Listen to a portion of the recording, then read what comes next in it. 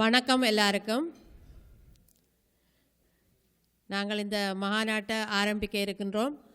அதற்காக முதலில் அகவணக்கத்தை எங்களுடைய மாவீரர்களுக்கு செலுத்தும் மூலமாக அனைவரையும் ஒரு முறை எழுந்து நிற்குமாறு கேட்டுக்கொள்கின்றேன். பணிவிடம். Please observe a moment of silence in the name of those who have sacrificed their lives in the pursuit of freedom and justice. Thank you. நம்முடைய விடுதலை போராட்டத்திலே தங்கள் இனிய இளைய உயிர்களை அர்ப்பணித்த எங்களுடைய மாவீரர் செல்வங்களுக்காகவும் அனைத்துலகத்திலே விடுதலை போராட்டங்களினூடாகவும் இயற்கை அழிவுகளினூடாகவும் தங்களுடைய உயிர்களை அர்ப்பணித்த அனைத்து உறவுகளுக்காகவும் அனைத்து மக்களுக்காகவும் ஒரு நிமிடம் மௌன அஞ்சலி செலுத்துவோமாக.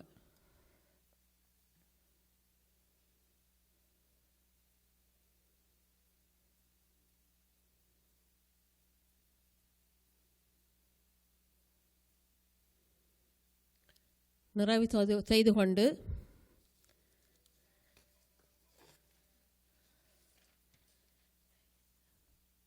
நிறைவு செய்து கொள்வோம். எல்லோரும் உங்கள் இருக்கைகளில் அமர்ந்து கொள்ளலாம்.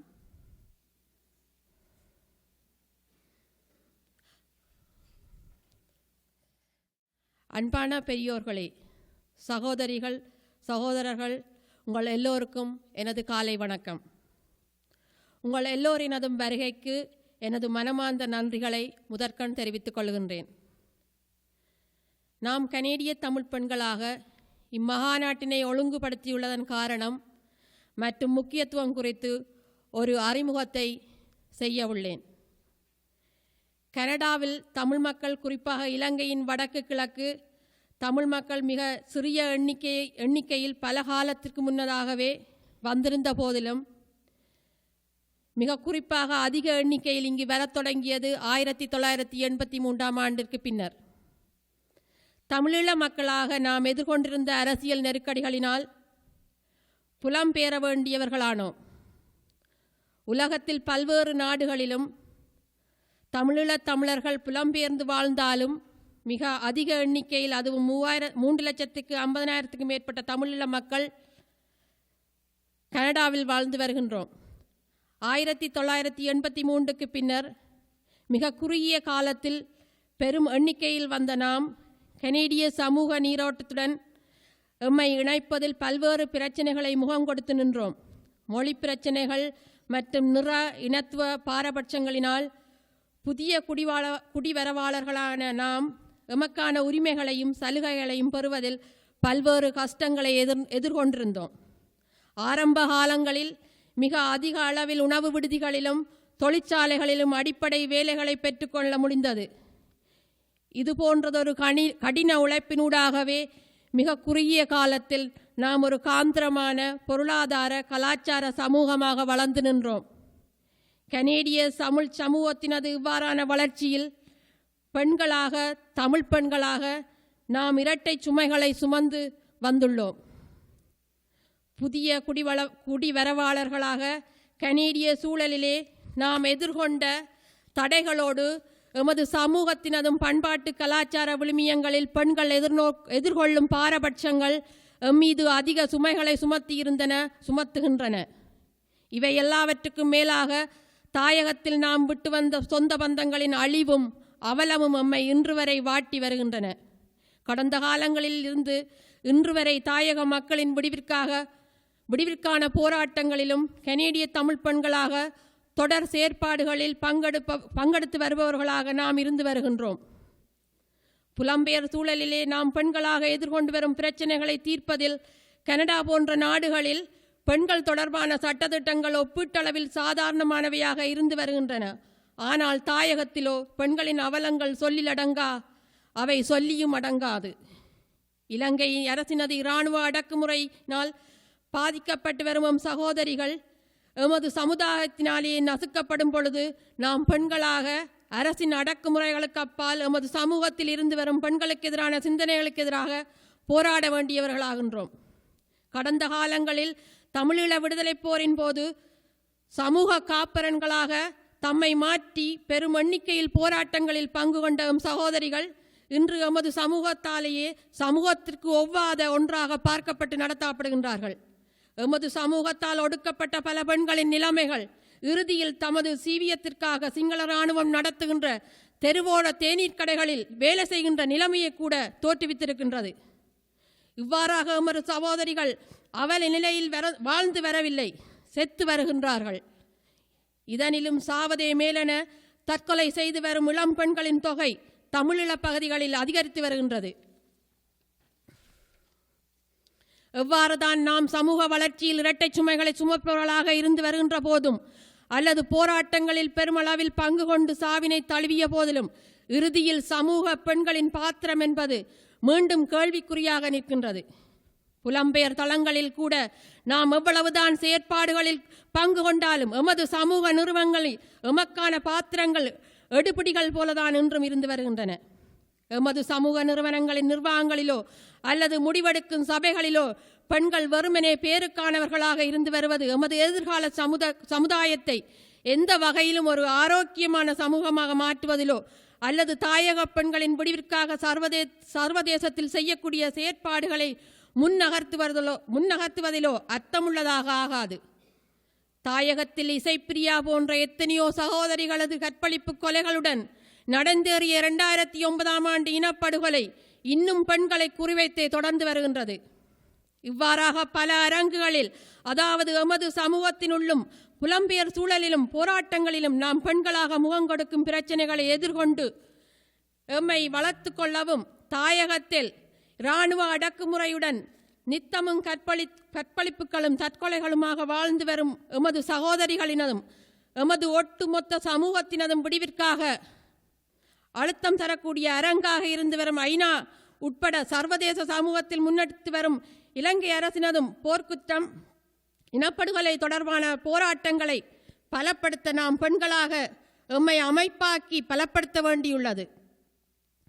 இவ்வாறான ஒரு முக்கிய காலகட்டத்திலேயே நாம் இந்த பெண்கள் மாநாட்டினை கூட்டியிருக்கின்றோம். கனேடிய தமிழ் பெண்களாக நாம் இன்று நடாத்தும் இம்மாநாட்டை வெற்றிகரமான மாநாடாக நடத்துவதில் பங்கு கொண்டிருக்கும் உங்கள் அனைவருக்கும் மீண்டும் எனது நன்றிகளை தெரிவித்துக் கொண்டு இம்மாநாட்டு அறிமுக உரையை முடித்துக் கொள்கின்றேன். நன்றி, வணக்கம். Greetings, sisters and brothers. I want to start off by recognizing we are on occupied indigenous land of the Mississauga of New Credit. My name is Prasanya Yanasundram, and on behalf of the Canadian Tamil Women's Development Organization, I am humbled and honored to be able to welcome you all to the International Women's Day Conference hosted by the Canadian Tamil Women's Development Organization. Today's conference celebrates the struggles of Tamil women locally and globally. CTWDO is a grassroots collective of Ulam Tamil feminists who choose to create a safe space founded on principles of equity and social justice for all. In honor of International Women's Day, we aim to recognize that today's event creates a unique space where women's lived experiences are shared with their many sisters from around the world.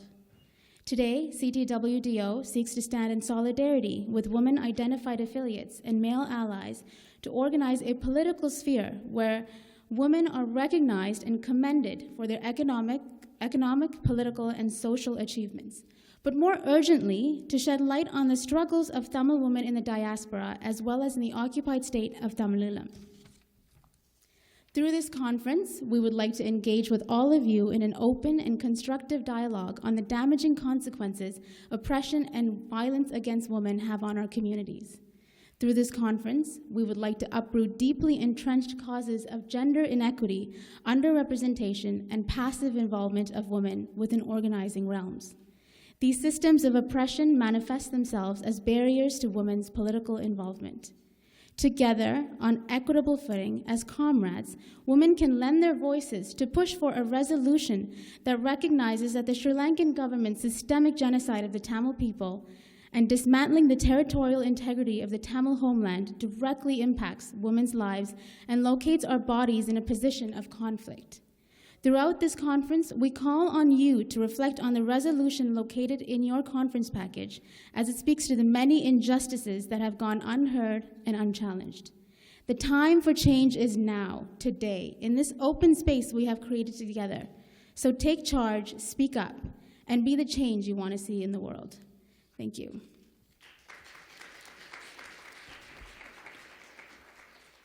Before proceeding, there are a few housekeeping measures we kindly ask for you to keep in mind throughout the conference.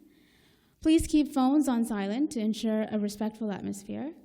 Respect individual rights to not have photos taken if they indicate so. Before you speak, please state if you do not want media quoting you.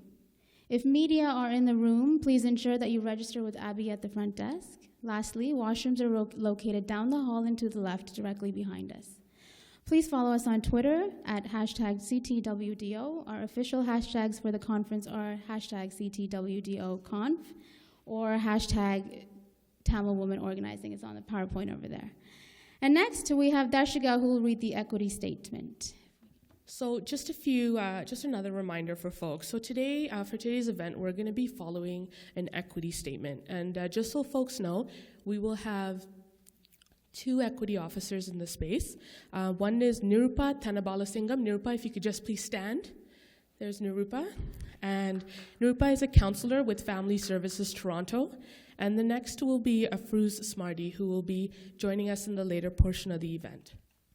And Afrouz is a teacher and equity officer with the York Region District School Board.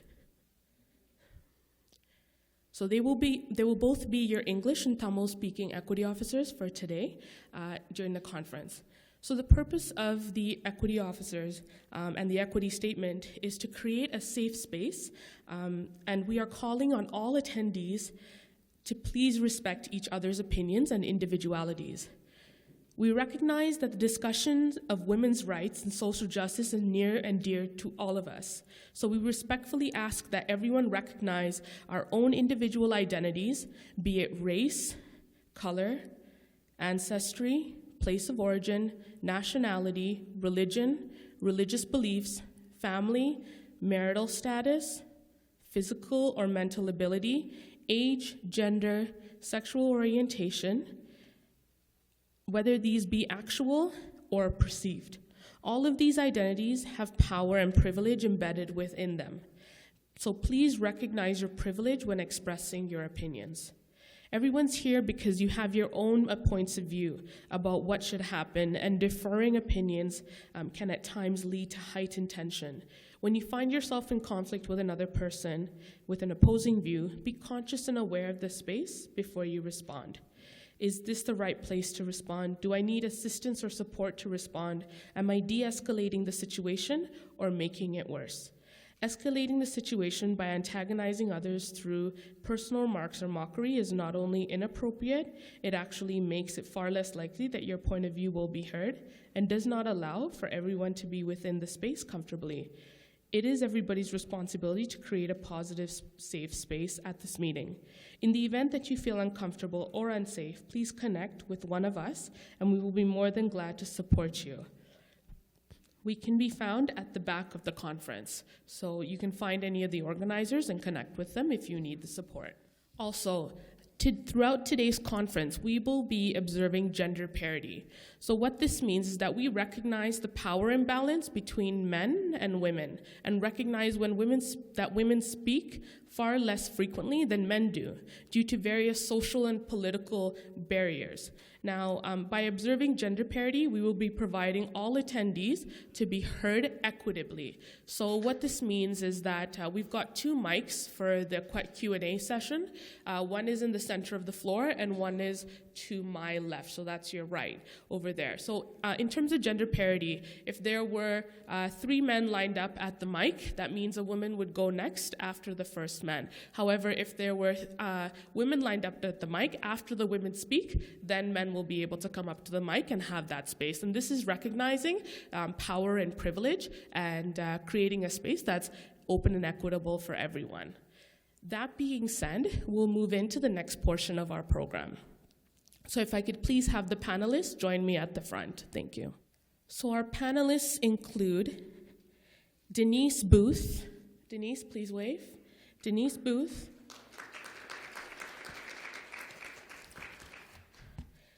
Jessica Chandrasekhar.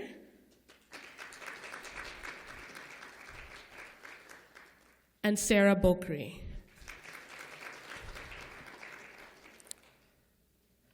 First on the panel will be Denise. Denise is the cultural program coordinator. Denise is the cultural program coordinator at the Native Canadian Centre of Toronto. She is Ojibwe from Sagamok, Anishinaabe First Nations, a reserve that rests on the shores of Lake Huron. Denise grew up in Toronto West End. She is a proud mother of 2 beautiful daughters and is an advocate for Indigenous people and women's rights. Please welcome Denise.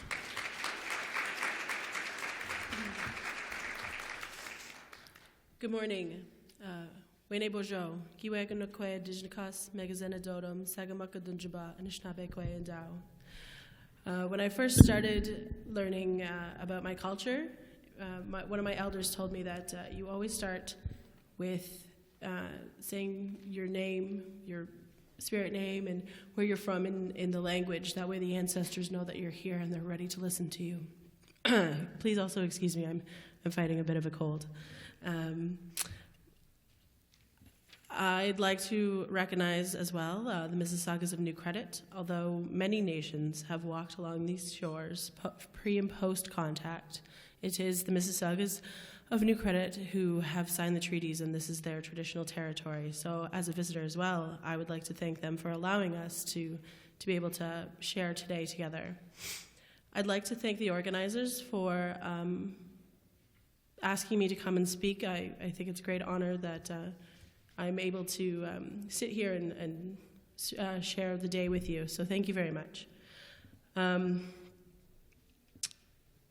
truly believe that as an Indigenous person and as Canadian citizens, that we have to create an open and honest dialogue about the history of Canada and the historical traumas that Indigenous people have faced in the creation of Canada and North America, what we now know as Canada and North America. And we also need to speak and understand how those past historical traumas have affected and shaped how Indigenous people in our realities today and in the future. And by historical traumas, I'm speaking specifically about the residential schooling system, about the Indian Act and how it is inherently and it is based on racism and sexism. And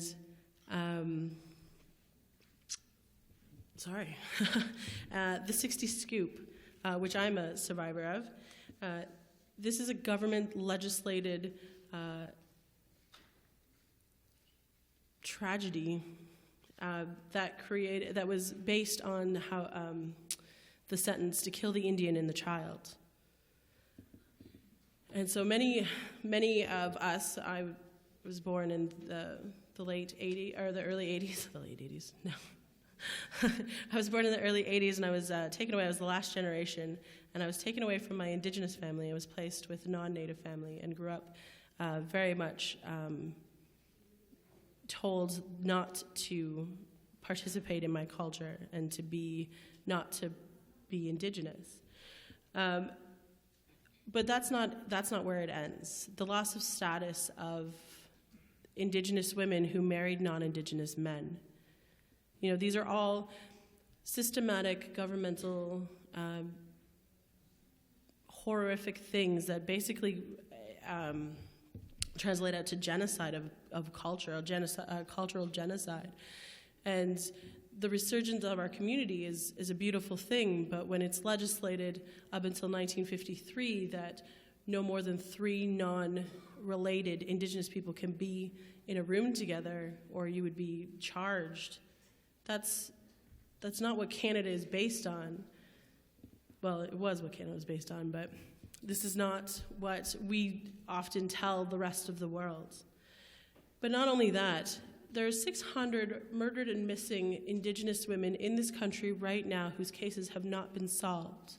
We heard just a few days ago about the young woman, the Inuit woman who was murdered and left on the side of the road in New Brunswick.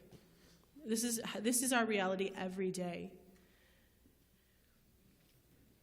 But I want to take us back before colonization, back before 1492, back to when our nations lived on this land, on these territories, quite happily and peacefully, back to when we didn't live in a patriarchal system.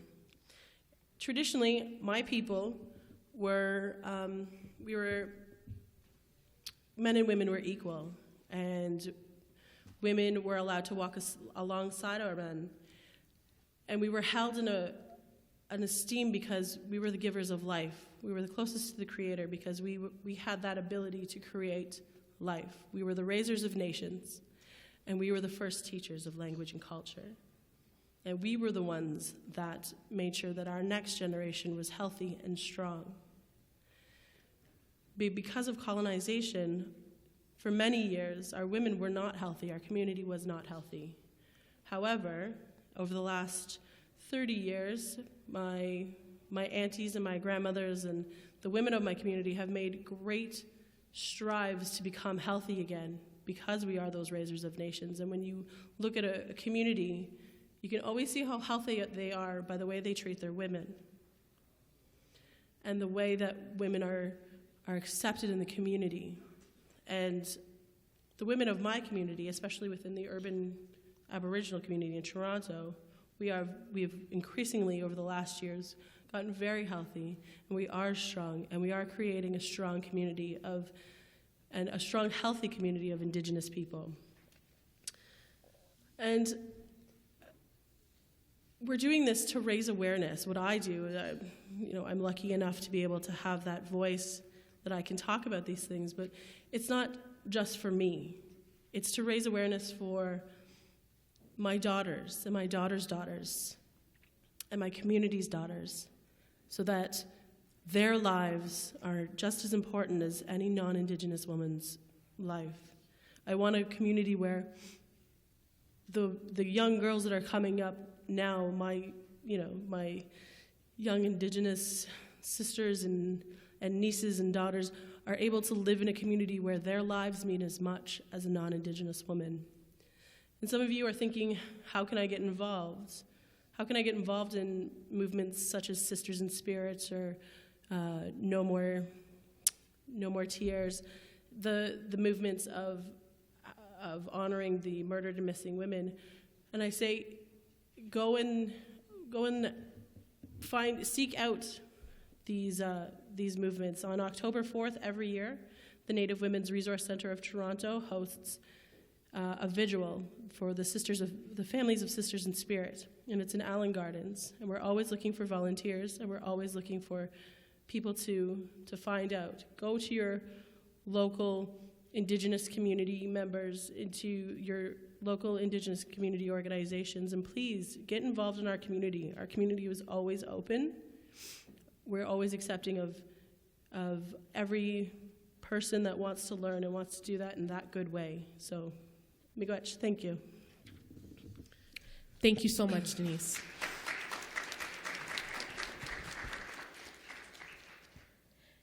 Next on the panel will be Jessica Chandrasekhar.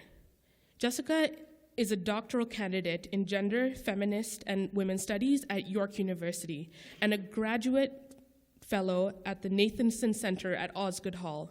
Her dissertation focuses on the case of Sri Lanka to critique the concept of reconciliation as a transitional justice program. Everyone, please welcome Jessica.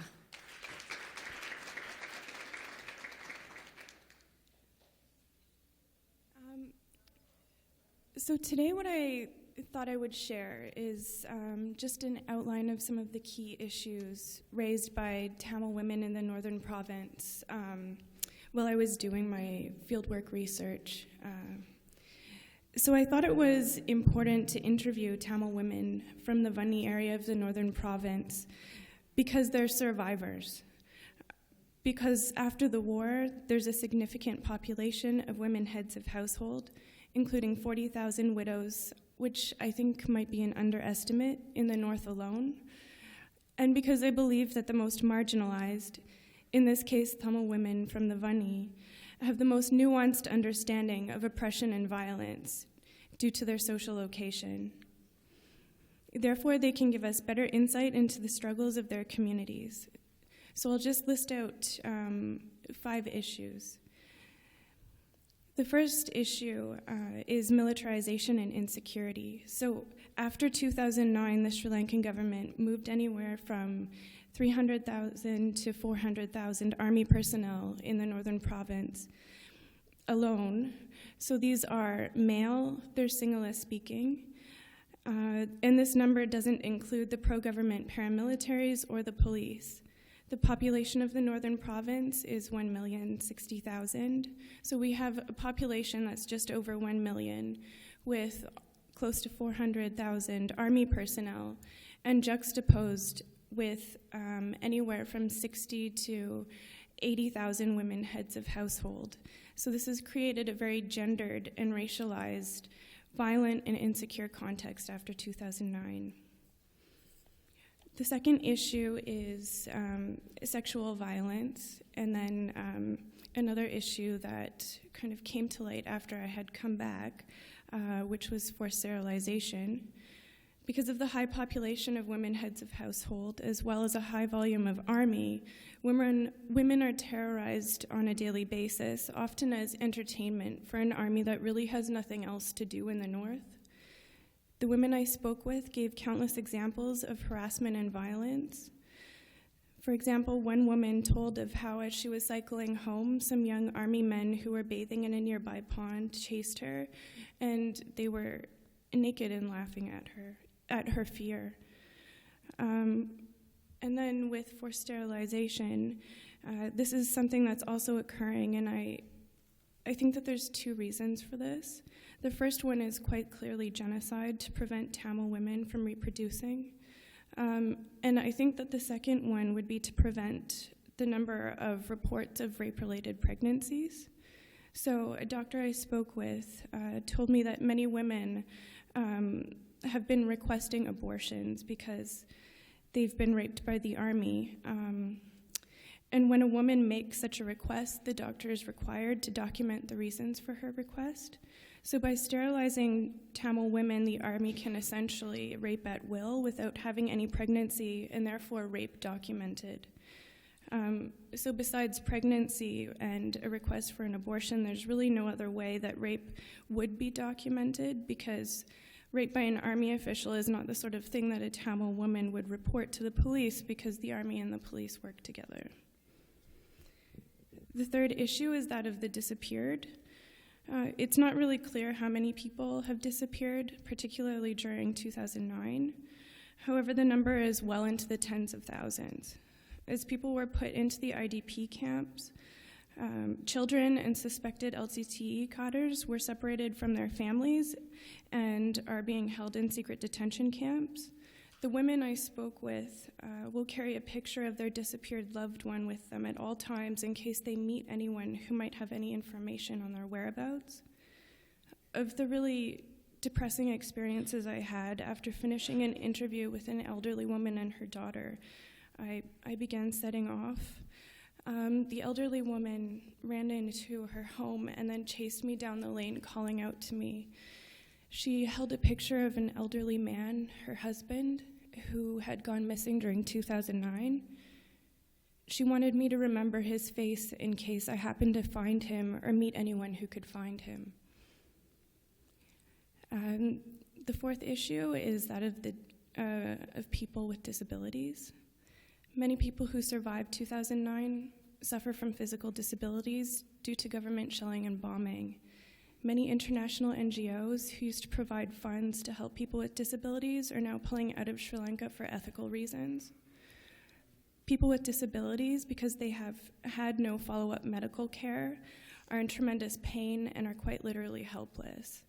So I spoke with one man who was a former cadre, and he had lost his arm and leg during 2009. He lives in a semi-permanent shelter, so it has a concrete foundation and Palmyra rooftop. And he lives there with his wife and 2 young daughters. The CID and TID, who are both divisions of the Sri Lankan police, as well as the army, visit him and harass him at all times of the day and night and taunt him with the threat of abusing his wife and daughters. So I could see the fire in his eyes. This is a man who used to be empowered and strong and now is at the mercy of the army. And then the last issue that I wanted to raise is that of orphans. So in Sri Lanka, orphans are defined as children who have either no parents or they only have one parent. And again, it's unclear how many orphans there are, and the government is making it more and more difficult to open up orphanages. There are government-run orphanages, and there's quite a lot of abuse that happens to the children. And I heard of one orphanage that was run by military, and it was for young girls who are labeled as former LTT suspects, but these were just young girls, 12 to 15 years old, and they're not allowed to leave or see their parents. I had also met another young girl who was classified as an orphan, and she had spent a year in a detention camp for former cotters because both her parents were labeled as suspects by the government. So she had nowhere to go, so the government just kept her in the detention camp with her mother. She was there between ages, while she was 5 and 6 years old, and she witnessed quite horrific abuses. She was only taken out after a nun had heard about her case and put her into one of the church-run orphanages. And it's suspected that one of the reasons why there's such tight restrictions around orphanages is because the government is concerned about the children talking to people about everything they witnessed.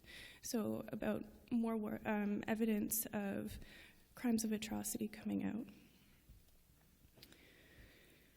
So there's many more issues, such as land issues, poverty, colonization, detention, but I'll leave things here. And I also just wanted to note that oftentimes I just say after 2009 or before 2009, I use that as a temporal marker, but I'm often hesitant or very selective of when to say after the war or use the phrase after the war. And this is because as I spoke with people and I spoke with women there, it was quite clear that for them the war is far from over. This is only a new phase. So how could a mother who searches for her child call the war over? Or how could women who are harassed by the army see this as an end of the conflict? Okay, thank you. Thank you, Jessica. Our next speaker is Sarah Bokri. Sarah is the founder of Pro Learning One, Stop Domestic Violence on Women project. She is a former professor at Humber and Centennial College and an instructor at George Brown College and the University of Ontario Institute of Technology. She has taught courses such as forensic psychology, human rights, Canadian politics, war on terrorism, and ethics of business. She holds a Master's of Political Science from the University of Toronto and also holds a Master's in Philosophy and a Master's in Science in International Relations and Strategic Studies. She's a freelance journalist for the Canadian Immigrant magazine and a few other publications internationally. Currently, she runs her own radio show on immigrant and social issues in the Urdu language on FM 101.1. Please welcome Sarah Bokri.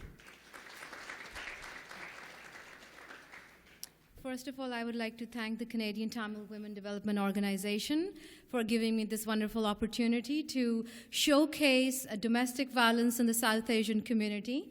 I will be talking. I will be talking about an excerpt from my novel, which I am writing on domestic violence of women in the immigrant South Asian community. Just to let you know that any names in the excerpt have no relation in reality with the real person.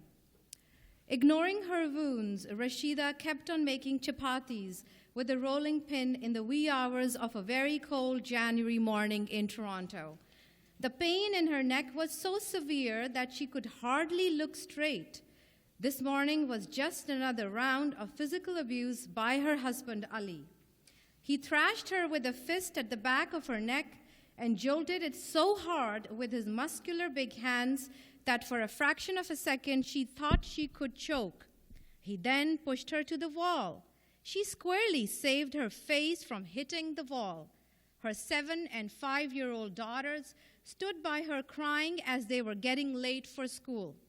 As she was trying to roll the chapatis to a well-rounded shape, she recollects Ali's words. "You are a woman from a third world country, and you do not know anything. I told you not to say a word of money in front of my parents last night. What did your parents give us in dowry money? I'll send you back to Pakistan. You do not deserve to live in Canada. I'm going to call Immigration Canada right now."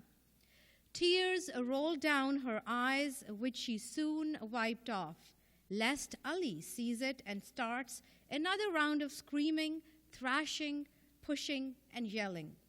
As she puts the chapatis on the tawa, she thought, "What did I do to make him angry?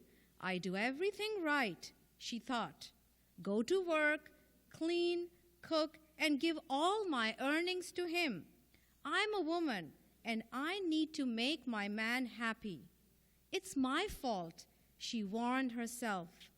While engrossed in her thoughts, she heard the roaring Ali coming down at her again.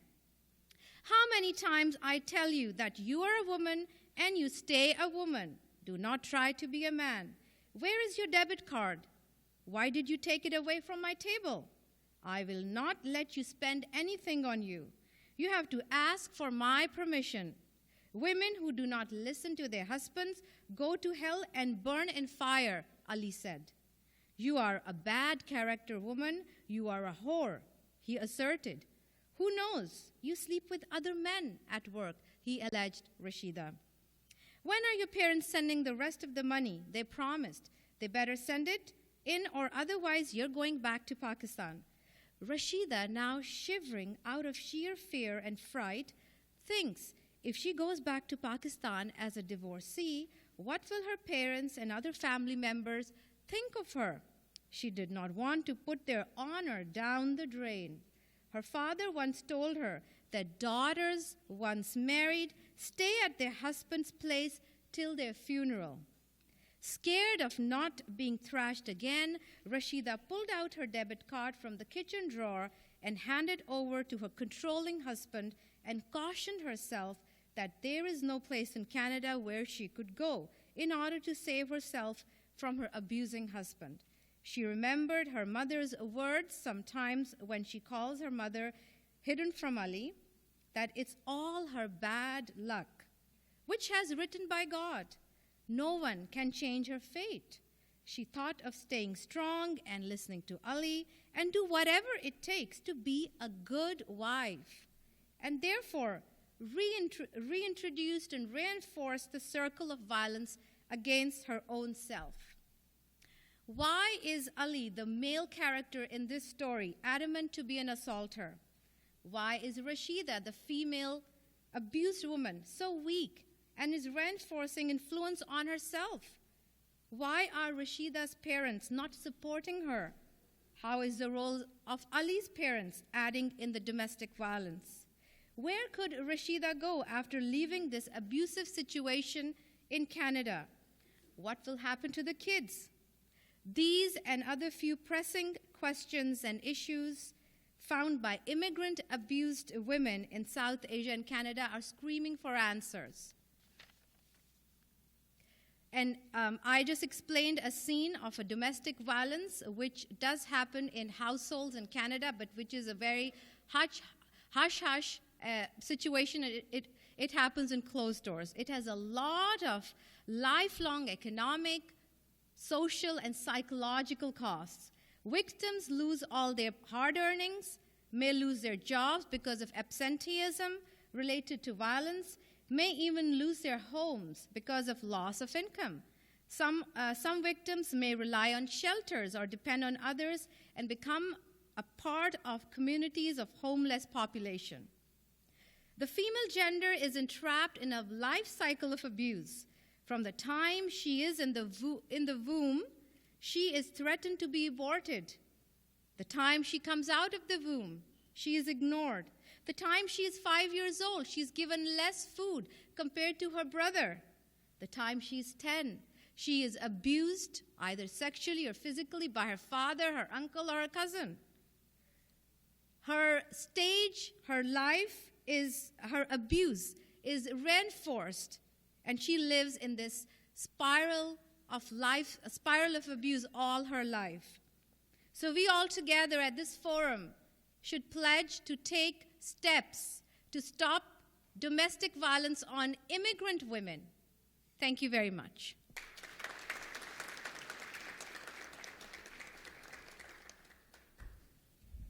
Thank you very much, Sarah.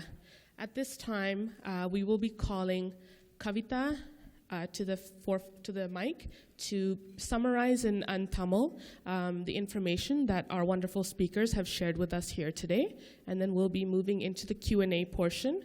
If I could please have our mic attendants at both mics, please, and folks can feel free to line up at the mics at the center and at the left while Kavita makes a summary. Thank you.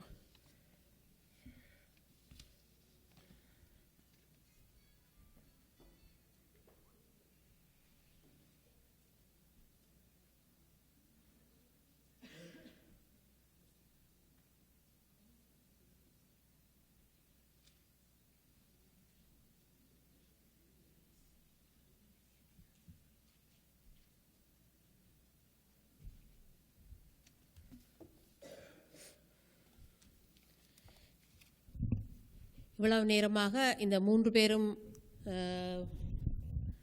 கதைத்ததை நான் ஒரு சிறு தொகுதியாக உங்களுக்கு தர இருக்கின்றேன் தமிழிலே. முதலாவதாக ஜெனிஸ் அவர்கள் கூறியது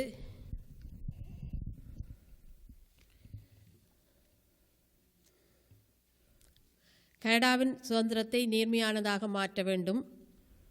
கனேடிய சட்டங்கள் எங்களுக்கு சார்பாக இல்லை. எங்களுக்கு எதிரானவர்கள் கலாச்சார இனப்படுகொலைகள் நடைபெற்று கொண்டிருக்கின்றன. 600 பெண்கள் கொலை விசாரணை முற்றுப்பெறவில்லை. அவர்கள் நேட்டிவ் இந்தியனுடையால் அவர்கள் தங்களுடைய அந்த ஆதங்கத்தை தெரிவு செய்திருக்கிறார்கள். கடந்த 30 வருடங்களாக தாம் ஆரோக்கியமுள்ள பெண்களாக மாற்றிக்கொண்டு தங்களை ஆரோக்கியமுள்ள பெண்களாக மாற்றிக்கொண்டு வருகின்றோம். எமது எதிர்காலம் சந்ததியினரை பற்றி சிந்திக்கின்றோம். எல்லோருடனும் அக்டோபர் 4ஆம் தேதி எமது மக்கள் அவர்களை தரிசிக்க அனுப்புகின்றோம். அவர்கள் அக்டோபரை தங்களுடைய அந்த கொலை செய்த பெண்களுக்காக அவர்களை தரிசிப்பதற்காக அனுப்புகின்றார்களாம் என்று சொல்லியிருக்கின்றார். இரண்டாவதாக கதைத்தவர் ஜெசிகா. அவர் எங்களுடைய தமிழீழ பெண்களுடைய பிரச்சனைகளை, எங்களுடைய நாட்டு பிரச்சனையை எடுத்து சென்றார். லட்சக்கணக்கான தமிழ் பெண்கள் நிலை பற்றி பேச விரும்புகின்றோம். 40 கண்ணிழந்த பெண்கள் 4000 கண்ணிழந்த பெண்கள் லட்சக்கணக்கில் மட்டும் வாழ்கின்றார்கள்.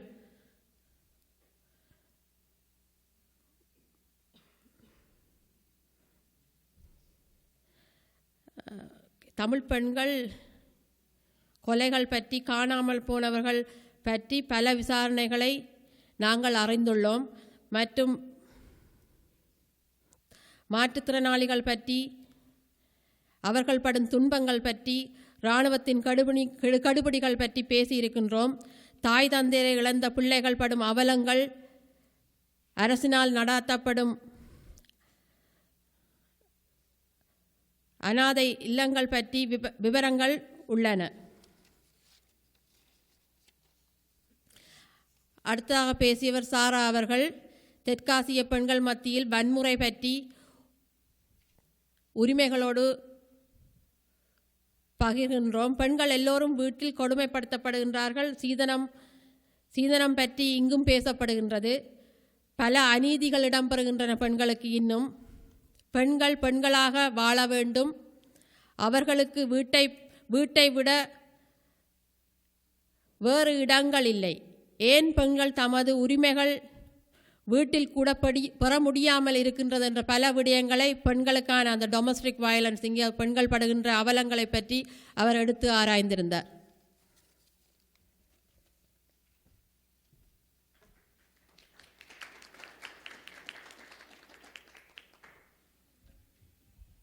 Thank you, Kavitaka.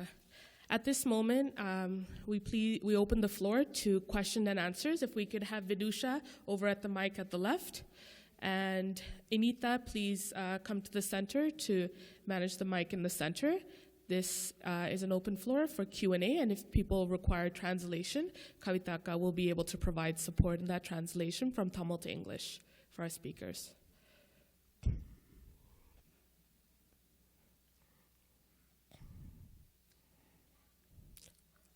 Also, please just recognize when you come up to the mic, state if you want to be quoted or not by the media so that we can acknowledge a safe space for you. And just a note for those of you who do not want to be recognized, Anele Express is live streaming the conference, so we will ask that they draw the attention from you at the mic. Go ahead. Good morning, ladies. My name is Namala Armstrong. I have to say one thing first and foremost. I want to congratulate the Canadian Tamil Women Development Organization for putting together this conference. I have had the opportunity to attend several different women conferences, and this is the first time I'm attending one for the Tamil women, and I want to say thank you.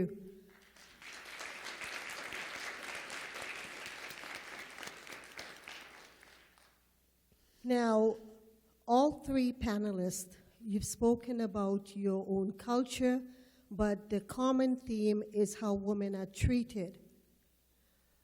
I'm a lawyer. I practice family and criminal law. I, too, am a survivor of domestic violence. But I ask you, it's the same common thread, which is basically women are being abused by men or women or parents. They are being abused. But I have to say that we're in a better position now than when we were before. Because as you can see, the panelists are very educated women who also have families and are moving forward. What can we do now that we are in Canada and not in our own home country? What can we do to better ourselves? When, Sarah, you talked about the woman who is being deprived of not only financial independence, but also being told that she could be deported, that's the immigration part, but also sometimes there's the domestic violence, whether or not the woman might be charged. In addition to that, you have with the parents, if I don't get what your parents promise, you're going to be shipped back. So there's that fear. And we do have a lot of women now here who have been sponsored. What, if anything, can we do to ensure that the immigration law that we have protect those women? So it's for all three panelists, because all three talked about women and how we're struggling, but we have to identify the law that we have in Canada and how is it our women protected. Thank you. So we'll allow our panelists to respond. Go ahead. Thank you very much, Nilma. I think you raised a very pertinent question regarding the scenario of immigrant women, particularly from South Asia. As far as feeling and answering a question is concerned, I believe if I give an answer in one-liner, it is raise awareness, and raise awareness among immigrant women, particularly coming from South Asia, because there are language barriers. Language barriers are very, very strong. They do not know the laws, the Canadian laws, social laws, that how protected women are here in Canada. Canada is a piece of heaven. The world needs more of Canada. I came to Canada because of equality and because of gender equality and humanity this country has to offer. These immigrant women, when they come to Canada, they have very strong language barriers and they do not know what is Canada offering them. So create awareness by conferences like this. Media has to play a really important role. We have to have more programs on telling women what their rights are. They cannot be deported back to their homes. A lot of women are living their lives in threats. A lot of immigrant women are living their life in fear that if they raise a voice or if they don't give out their debit card, they will be deported. So there has to be a communication bridge from the people who are educated and knowledgeable to the people who do not have the knowledge, to the women, immigrant women who do not have the knowledge, in order so that they know their rights, that they're living in a country which has really secured them being a gender which is considered a lesser gender in the countries of origin. Canada, it provides equality to all genders. And that's, I believe I've answered your question, that it's all about education and awareness. And that is why I'm trying to, it's a budding organization I founded called Pro Learning One.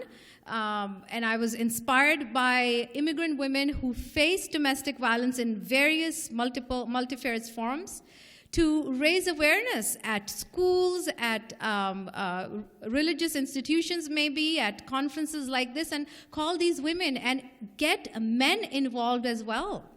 Men have to be given awareness as well from countries when they come to Canada as immigrants. So I believe I have answered. Thank you so much.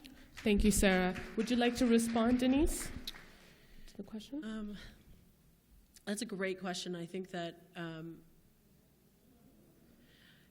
for me, I think that we need to raise awareness with all women and all people. I think that not only do we need to raise awareness, but we need to hold our governments accountable for the lack of accessibility to women, new Canadians, and women who may not speak one of the official languages. Having information in their language of origin or the country of origin, I think that's really important. I think that we need to create spaces where women are able to speak freely, and I think that everybody in this room has a responsibility. If your mums or dads or aunties or uncles or cousins or whoever you are, you're a part of a family, but it's our jobs to raise better sons for our daughters and better daughters for our sons and better people for each other. And when we start caring about how everyone lives and that everyone is safe and that everyone has access to education and financial stability and can feel safe and secure and loved, not only in Canada but across the world, that's the end result. That's what we need to do as people. And conferences like this do allow us to have a safe space where we can talk about things like this. Thank you. Thank you, Denise. And Jessica, if you'd like to respond. So I'd just like to echo what my co-panelists said. So I don't think that the issue is about women's ability. Women are quite strong. Women are survivors.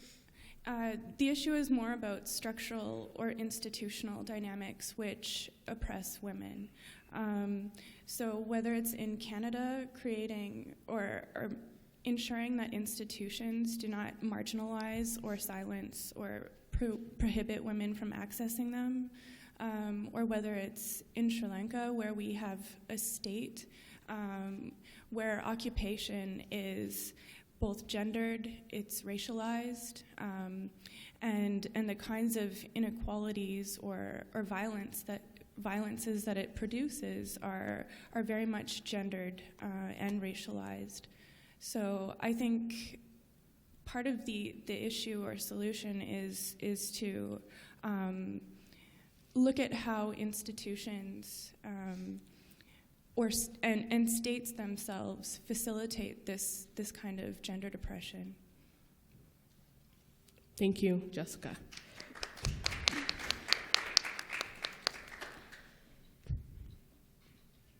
Do we have any other questions from the floor?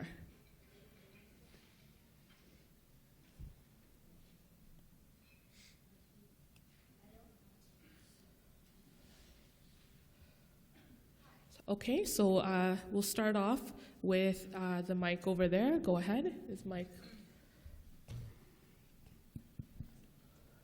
Hi, my name is Pravina. This is my first time attending sort of a conference where like women's awareness is created. I think it's amazing to create awareness and let everybody know what's going on. Speaking to Jessica's initial thing, I think it's very moving to understand, sort of hear from somebody's perspective who's, to talk to these people back home who are suffering and going through all of these things. And you mentioned that there was an aid organization that was retracting their help in Sri Lanka due to ethical reasons. First, I want to know what sort of ethical reasons is getting them out of there. I thought the ethics is sort of like helping the people there. That's one thing. And secondly, I'd like to know what other initiatives are being taken to sort of help these women now that we know what's going on. Thank you. So just to translate that in Tamil, I'll be very colloquial if you don't mind. அவ சொன்னது வந்து ஈழத்தில் நடக்கிற பொம்பளைகளுக்கு நடக்கிற அசால்ட்ஸை பற்றி அது இப்போ NGOs வந்து இருக்கின மக்களை பாதுகாப்புறதுக்கு வந்திருக்கணும் அந்த என்ஜிஓஸ் வந்து ரிட்ராக்ட் பண்ணினமெண்டு ஸோ அவையல் பின்னாடி போய்கொண்டிருக்கணுமெண்டு ஆக்களுக்கு சப்போர்ட் இல்லாமல் ஸோ ஜெசிகா அதுக்கு மறுமொழி சொல்லுவா. So I was able to speak with some people who were working for, who had previously worked for international NGOs, and so some of the issues that they would talk to me about was that they were having to kind of balance or find a way to kind of ethically provide aid to people who are in need of it, but then to not support a government that was oppressing people. So, for example, sometimes what would happen would be an NGO would have food items, and they would have to work through the PTF, which is the Presidential Task Force that mediates the NGOs in the North. So they would have to give these food items to the government officials, and then the government officials would distribute some of them to people who need them, and then some of the food items to their friends or people who work with them, people who are associated with paramilitaries, and then the government officials would also withhold these food items until there was an election or there was some sort of other kind of, maybe an event that they wanted to take photos of people and use those as bargaining chips to get people to attend or to get people to vote for them. So it was just becoming increasingly restricted on what kind of things that NGOs could do and then how their aid was being used, that some NGOs felt like the costs and benefit, or the costs were outweighing the benefits. So that was kind of the issue that a lot of people would tell me that they're struggling with. In terms of helping people and supporting people, I think that one of the most ethical and people-oriented kind of organizations that are on the ground right now is the church. So to kind of work through the church and support the different programs that the Catholic Church is doing in the North, I think is the best and most ethical way to reach out and support the people. Thank you, Jessica. Did our panelists want to respond? No, that's fine. Okay. So we'll go to the center mic. Go ahead. Hi, thank you, and congratulations on a great event. My name is Judy Persad. I work at an organization called the Toronto and York Region Labour Council. We are a council of unions in the City of Toronto and the York region. And I first want to mention an event that is happening because my question is tied into this. and you would probably have it on your table, and if not, I have copies. But it's for next Saturday, a celebration of International Women's Day, with a rally and a march. And the theme we have is Women Taking Power. This is the flyer, if you should have it. The issues we are covering is the fight for a $14 minimum wage, looking at public services and the existence of public services and keeping them, and really the future of young women. So to me, I think it comes down to a question of the value that societies, and it's all societies, including Canadian society, put on women. And we see it when you look at who makes less than the minimum wage. It is mostly women. It is mostly women of color. When you look at the future of young women coming out of school with debt, a school debt, or even if you don't get to go to higher education, what jobs out there are there right now for women? There is such a lack of access to jobs that women and young women, and particularly young women of color, can have to move forward and pay off their debts. So this dream that young women are supposed to have is lacking. My question is, how can we, and what is the role of work in a woman's life in addressing and supporting her and us in dealing with violence? The second question, what is the role of labor, and how can women in our communities work with labor, and what can we call on labor to do to help address the violence? Because it's there all over in all our communities. Thank you. Thank you, Judy. So I'll just translate very quickly. Judy and Kurtavanda, வேலை என்று பார்க்க அந்த impact ஒரு பொம்பளைன்ற வாழ்க்கையில் என்ன impact இருக்குன்னு கேட்டிருக்கா. என்ன அந்த செக்ஷுவல் வயலன்ஸ் இல்லாட்டி இந்த வாழ்க்கையில் நடக்கிற வயலன்ஸிலிருந்து வெதர் இட்ஸ் ஃப்ரம் இமிக்ரேஷனோட கஷ்டப்பட்டா இல்லாட்டி ஹெல்த் கேர், எஜுகேஷன், வேறு கட்டங்கள் இருக்குது, child care, it's ongoing. So அதோட நாங்கள் எப்படி இந்த கட்டத்தில் அந்த வேலை விஷயம் எப்படி அந்த அவையோட வாழ்க்கையை இம்பேக்ட் பண்ணுது, அந்த வயலன்ஸை அந்த அவையில் படுற வயலன்ஸை இன்கார்பரேட் பண்ணிக்க. மற்றது நாங்கள் லேபர் ஆர்கனைசர் தான். இந்த ஜூடி ட்ரானோ யோர்க் ரீஜன் லேபர் கவுன்சிலிருந்து வந்திருக்கிறா. அவள் அந்த லேபர் கட்டத்தில் நாங்கள் எப்படி இது ஆர்கனைஸ் பண்ணி விமனை சப்போர்ட் பண்ணலாம்னு கேட்டிருக்கிறா. அதுவும் March 8 நடக்கிற இன்டர்நேஷ்னல் விமென்ஸ் டே மார்ச் பற்றி உங்களோட டேபிளில் இன்ஃபர்மேஷன் இருக்குது. அவரோட நீங்கள் வேறு விவரம் கதைக்கணும்னா அவரோட கலந்து கதைக்கலாம். ஸோ இப்பொழுது நாங்கள் எங்களோட பேனலிஸ்ட்டுக்கு அந்த கொஷனை கேட்போம். Please feel free to respond. I'd like to take the answer this question. As far as taking care of women's rights at workplace is concerned, I believe Canada has a lot of laws and legislations which do protect women at the workplace. About endorsing the idea of gender democracy, which is an attitude, which is an aptitude which inculcates gender equality, equity, civil society, cultures, and individuals. Which is, gender democracy is an attitude which has to be adopted by workplace, and I believe it is in Canada, but it has to be really pushed forward, where we are talking about and thinking about and changing our attitudes and notions about women equality, about domestic violence on women, even abuse of women, and taking women as, putting the gender equality first, privileging gender over race.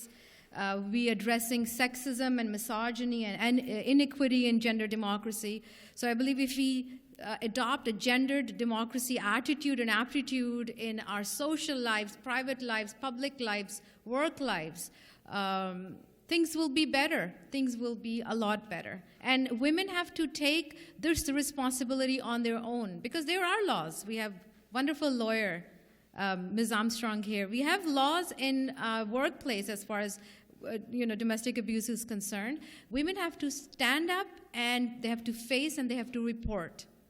And you have to raise the voice, again, the same thing, raising awareness, and take responsibility of your own self. Thank you. Thank you. I think that the role of women in work, there's now a need for women, all women to work, and although to have equal paid work, and quite often all women, even the women in this room, most of us probably work full-time jobs, and then we go home and we put on the other hat, the other work hat that we have to use, and we're usually the primary caregivers of our children, and we are usually the primary cleaners of our household and washing of our clothes and cooking of our food. These are all of the roles that we have to play. But I think what needs to happen and how we evolve as a society, especially within Canada, is that we need to start creating spaces where our men are helping, and that tradition of, oh, that's women's work, that needs to go out the door. That needs to go out with the bathwater, as it were. Men and women need to start understanding and realizing that patriarchy has no place in our society any longer, and that we need to create a more equal attitude. And therefore, although we as women are usually the primary caregivers, our men need to start taking care of us too. In my culture, we have a teaching where women are the carriers of the water and men are the carriers of the fire. Men keep the fire. Men make sure that the fire is lit and it is taken care of. And women are the keepers of the water, and we make sure that the water is taken care of. And without one, you can't have the other. So I think that's very much rings true. As for labor, as for anything, the role of every person in this room is to create a space where women are free and are safe and are able to, make a solid and safe living, that we're not forced to work in unsafe places. We're not forced to take jobs that we don't necessarily want to take. And it's wonderful that, many women are now getting educated, but we're still not being paid equally. And that's just a part of that is very much a part of our life. And so we need to start challenging our government and challenging the patriarchal society that we still live in and saying, no, we're not going to do this anymore. And so we need allies. We need our men allies, and we need to stand up to the government and say, you need to take action on this. This is what democracy is based on. This is what Canada is based on. So thank you. Thank you. Jessica, would you like to respond? Or? So I'll just briefly say that poverty is both gendered and racialized, and so it's also operating like that in the northern province. So it's Tamil women who are more likely to be living in poverty, and then that's further compounded if you're a woman-headed household. And then just on the issue of, what's often termed as the double burden of women's labor, so working for wages outside of the home, and then working in or doing unpaid labor within the home, we can kind of think through or start to imagine how that would be even further complicated, and how labor would be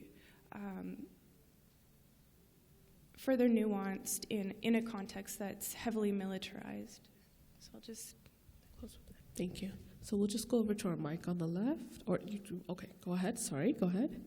Okay, good morning, everybody. My name is Nicole Baxter, and I'm an educator with the York Region District School Board.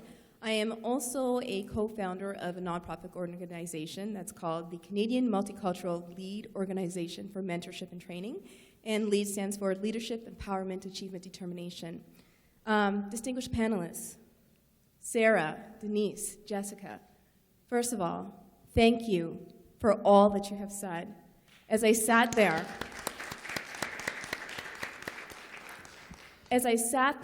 and listened to what you had to say, I was enthralled, I was engaged, and I was in awe of what you stood for, what you have done, what you are doing, and what you're going to do. So you definitely all are to be commended for this. However, my question is this. It is an unfortunate outcome of some of the things that women who have been oppressed have endured is mental health-related stuff. For example, depression, post-traumatic stress. Those are huge, huge things. And I also am someone of a diverse background. I'm Black, white, and Chinese, but my parents are from the West Indies. And one thing that I have noticed that transcends all cultures is this idea of stigmatism. Stigmatism with mental health pieces. And my question to you is, what suggestions do you have to help assist women who have endured far too much, and again, as an example, as an outcome, are experiencing stuff such as post-traumatic stress, depression, and amongst all these other pieces? What suggestions do you have to help support these women? Thank you very much. So just to translate into Tamil, what our speaker just referred to is, so Tamil சொல்றதுண்டா அந்த மன வருத்தங்களை நாங்கள் post traumatic stress இப்போ போரிலிருந்து வர்ற ஆக்களுக்கு பொம்பளைகளுக்கு depression அந்த அப்படியான மன வருத்தங்களை நாங்கள் எப்படி அதை அந்த அது நடக்காததுண்டு அது நடக்காத விஷயம் அது வீட்டுக்குள்ளேயே வச்சுக்கொண்டு நாங்கள் அதை வெளிப்படி கதைக்காமல் என்னோட மெட்டாக்கள் என்ன நினைப்பினமென்று பயந்து கொண்டு இருக்கிற விஷயத்தை நாங்கள் எப்படி மாற்றி வெளியே கொண்டு வந்து ஆக்களோட கதைச்சு ஒன்றிணைத்து அதை எப்படி மாற்றுறதுண்டு அந்த ஸ்டிக்மா, அதாவது ஆங்கிலத்தில் ஸ்டிக்மான்னு சொல்கிறது, அதை எப்படி மாற்றுறதுண்டு கேட்டுவார். Go ahead. That was a great question. Thank you. I think all of my answers are going to be stock answers, and I'm just going to put it back all on you.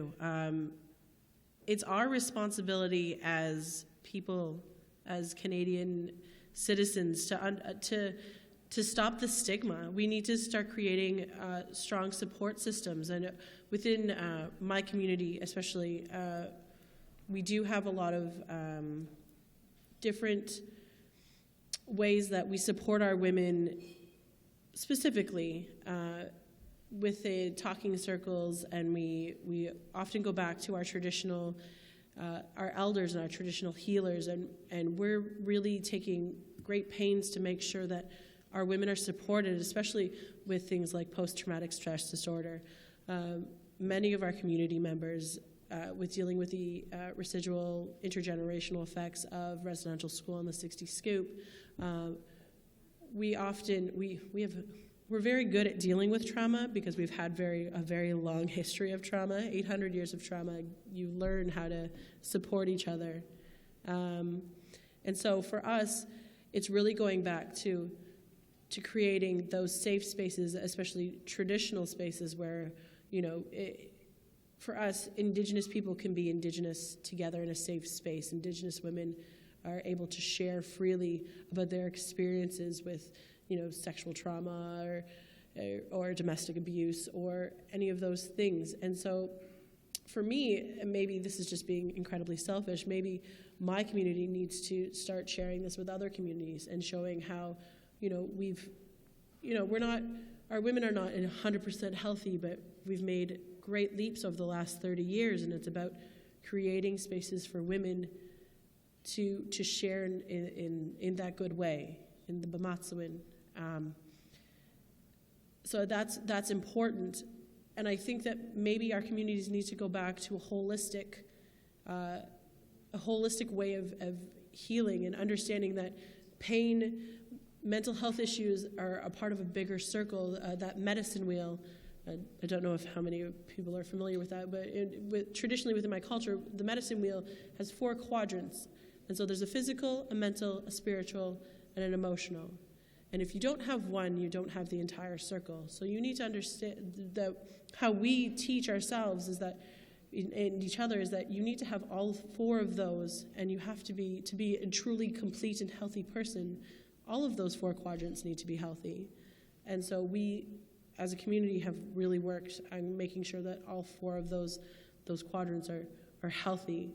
And so we're trying to share that more so with the community, with other communities, but it's still a very early process. So thank you. Thank you very much for a very good question. I would really like to talk about the South Asian immigrant community as far as stigma is concerned, and stigma attached to being a single mom, being a divorcee, and even having abuse. South Asian immigrant women will not come out and accept, even to their neighbors and to their friends, that they are being abused. In Canada, I'm talking about in Canada, they will not come out of the closet and say, we are abused, we are slapped, or our debit card is taken from us. There's a very strong stigma related to abuse, and then even if they want to separate, the divorce thing. They don't want to go back or even live in Canada being a South Asian woman, divorced, taking care of the kids. And this is where I really want to play a role to raise awareness of telling women that it is a wrong thing. Because as far as South Asian women are concerned, from the childhood, they are raised in a certain way that they are told and taught that it's all right if a man hits you. It's totally fine if a man slaps you. Because you're a woman, you better stay as a woman. If you take a slap from your husband or maybe a punch from your husband, you're having a better place in Jannah or the heaven. I'm talking about the Muslim community particularly. And it becomes their innate nature to take all the abuse and not to say a word about it, because in their minds, they are creating a place for them in the heavens by being patient in this entire situation, entire drama. And the same thing is happening with the immigrant South Asian Muslim women in Canada. And thinking about post-traumatic stress is a far cry from. The first step is to at least accept it, that they're being abused. They don't want to even accept it. They are at the very lower stage of, in the cycle of educating themselves as they are being abused. But if the first step to face the trauma is to detach, like they have to know that they have to detach themselves from the oppressor. They have to totally detach themselves from any negative energy, any family of the oppressor, and again have to really educate themselves. It will take a long time for the immigrant South Asian women to change their psychology, and it will come by, creating spaces, having a dynamic, structural, institutionalizing, how to take care of domestic violence on women. I hope I have answered it. Thank you. Psychosocial services like counseling and that kind of thing is actually prohibited in the North. And the reason for this is most likely because if people go and speak with a counselor or have, any kind of PTSD or that kind of thing dealt with by a doctor, then everything that caused those PTSD would then be documented. So again, it's kind of trying to suppress the information or anything that could be used against the government. But when a doctor is not available, then sometimes we will speak to friends or to family members or create other healing spaces, and these kinds of spaces too are being prevented from being built in the North. So especially in places that used to be the de facto state, there's an even greater Army presence, and they know how many people are in each household. And so if a neighbor comes to a person's household, then an Army person will come and say, "What are you doing here?" So people are really prevented from talking to each other, even their neighbors or their families. One of the things that I tried to do when I was there was I would hold group interviews so women could come together and talk. And so we would be talking about different issues, but then people could also talk to each other. And it actually happened that during one interview, two of the women were actually sisters-in-law, so they had married brothers, and both of their brothers were disappeared and captured by the Army as they crossed over. And so this was one of the first times both of them got to even compare information. You know, have you heard anything about, compare information about their husbands? So, yeah. Just to clarify what you're saying, so you're basically saying for those women who are enduring that type of PTS or depression, that they should essentially acknowledge their present circumstances and be proactive. Is that essentially what you guys are saying? I'm just clarifying, that's all. Yeah. Yes. I think so. Okay, that's all. Like I can only talk on the immigrant South Asian community. As I told you, that they're at the bottom of the knowledge that they are being abused. Okay. Thank you. It was a very good question.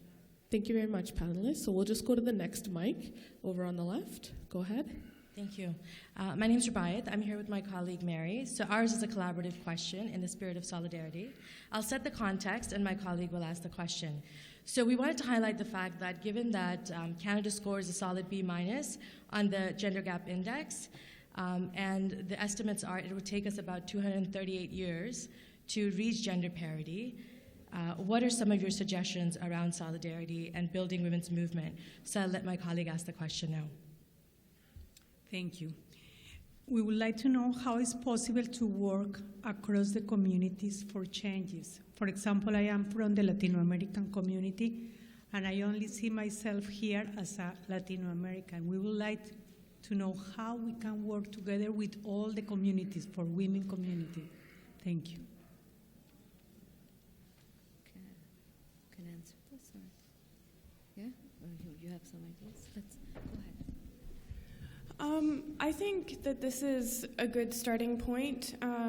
I think that solidarity is built by giving each other space, respecting and celebrating each other's histories, each other's struggles, and then working together on issues. So coming together as women, but also building solidarity through differing histories and struggles. Thank you. So just being conscious of time, if we could just have the next three panelists provide their questions, and then the panel, if you don't mind, can answer all together. Is that okay? Wonderful. Go ahead. Thank you. My name is Ravina Rajasinghan. I'm from the Tamil Cultural and Academic Society of Durham, and we have many of our women here today. First of all, congratulations to Canadian Tamil Women Development Organization, because it's their first one, and they did an amazing job, so congratulations to all the organizers. And that's coming on behalf of Tamil Cultural and Academic Society of Durham. And also to all the panelists, thank you very much. I think you've answered the question so well, and excuse me, your experiences and your information is amazing, and I think a lot of people could learn from this, and saying I could see the knots and all that. So thank you very much, and especially to Jessica, I really like to thank you for taking the time and do a really thorough research on back home women, and that's one of my deep-hearted topics. I was in Sri Lanka last year in April, and I did see the very hard-hit areas in Sri Lanka, and it always goes to my heart that how can I help more? So thanks for presenting a very concrete evidence that we could all work towards. First thing I have for you is a couple of things. First is I'm going back to Sri Lanka, and then I'm going to come back to Canada, Canadian women. So if you could share with us maybe what is something that they mostly lacking now that the women of Canada could help them immediately, like we could maybe even today or some other day gather up the women? Is there something that you think that we could immediately do something for them that could change something from them and they could work or achieve their goals? Maybe anything that you would suggest for us? Would the speaker like to also translate in Tamil, perhaps? Sure, I could do that. So, first, முதலாவது எல்லாருக்கும் இந்த வணக்கங்கள் Tamil cultural and academic society of டியூரம்ல இருந்து அதோட இந்த organisation செய்த Canadian Tamil woman development ஆர்கனைசேஷனுக்கும் எங்களோட பாராட்டுகள். அதுடன் இருக்கிற பேனலிஸ்ட்டுக்கும் எங்களோட பாராட்டுகள். உள்ள நிறைய இன்ஃபர்மேஷனை கொண்டு எங்களோட பகிர்ந்து கொண்டதுக்கு எங்களோட பாராட்டுகள்.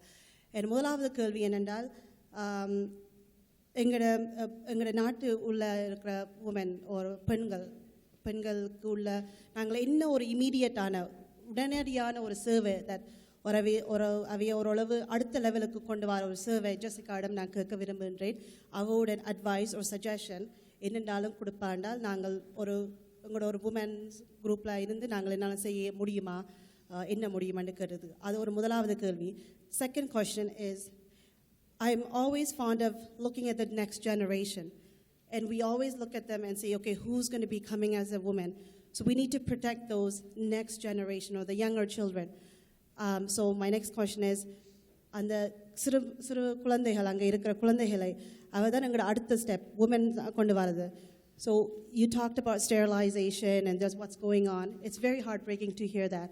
So அடுத்த இந்த கேள்வி என்னன்னு சொன்னால், அந்த சிறும பிள்ளைகளுக்கு நாங்கள் என்ன, what can we do for them so they are not part of that? I know you mentioned some of the church groups and stuff. Is there anything that we could connect directly, or என்னதாவது நாங்கள் directly connect பண்ணி அந்த பிள்ளைகளோடையோ அந்த womenோடையோ என்னென்னாலும் செய்ய இயலுமா? ஒரு அப்படியே can you give us some suggestion or advice? அடுத்ததாக, can I just have, what we will do is we will have the next speaker on the speakers list respond.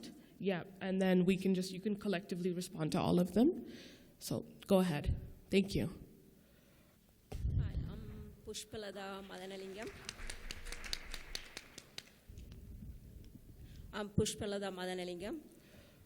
Founder and Director of Ontario Occupational Health and Safety Consultants.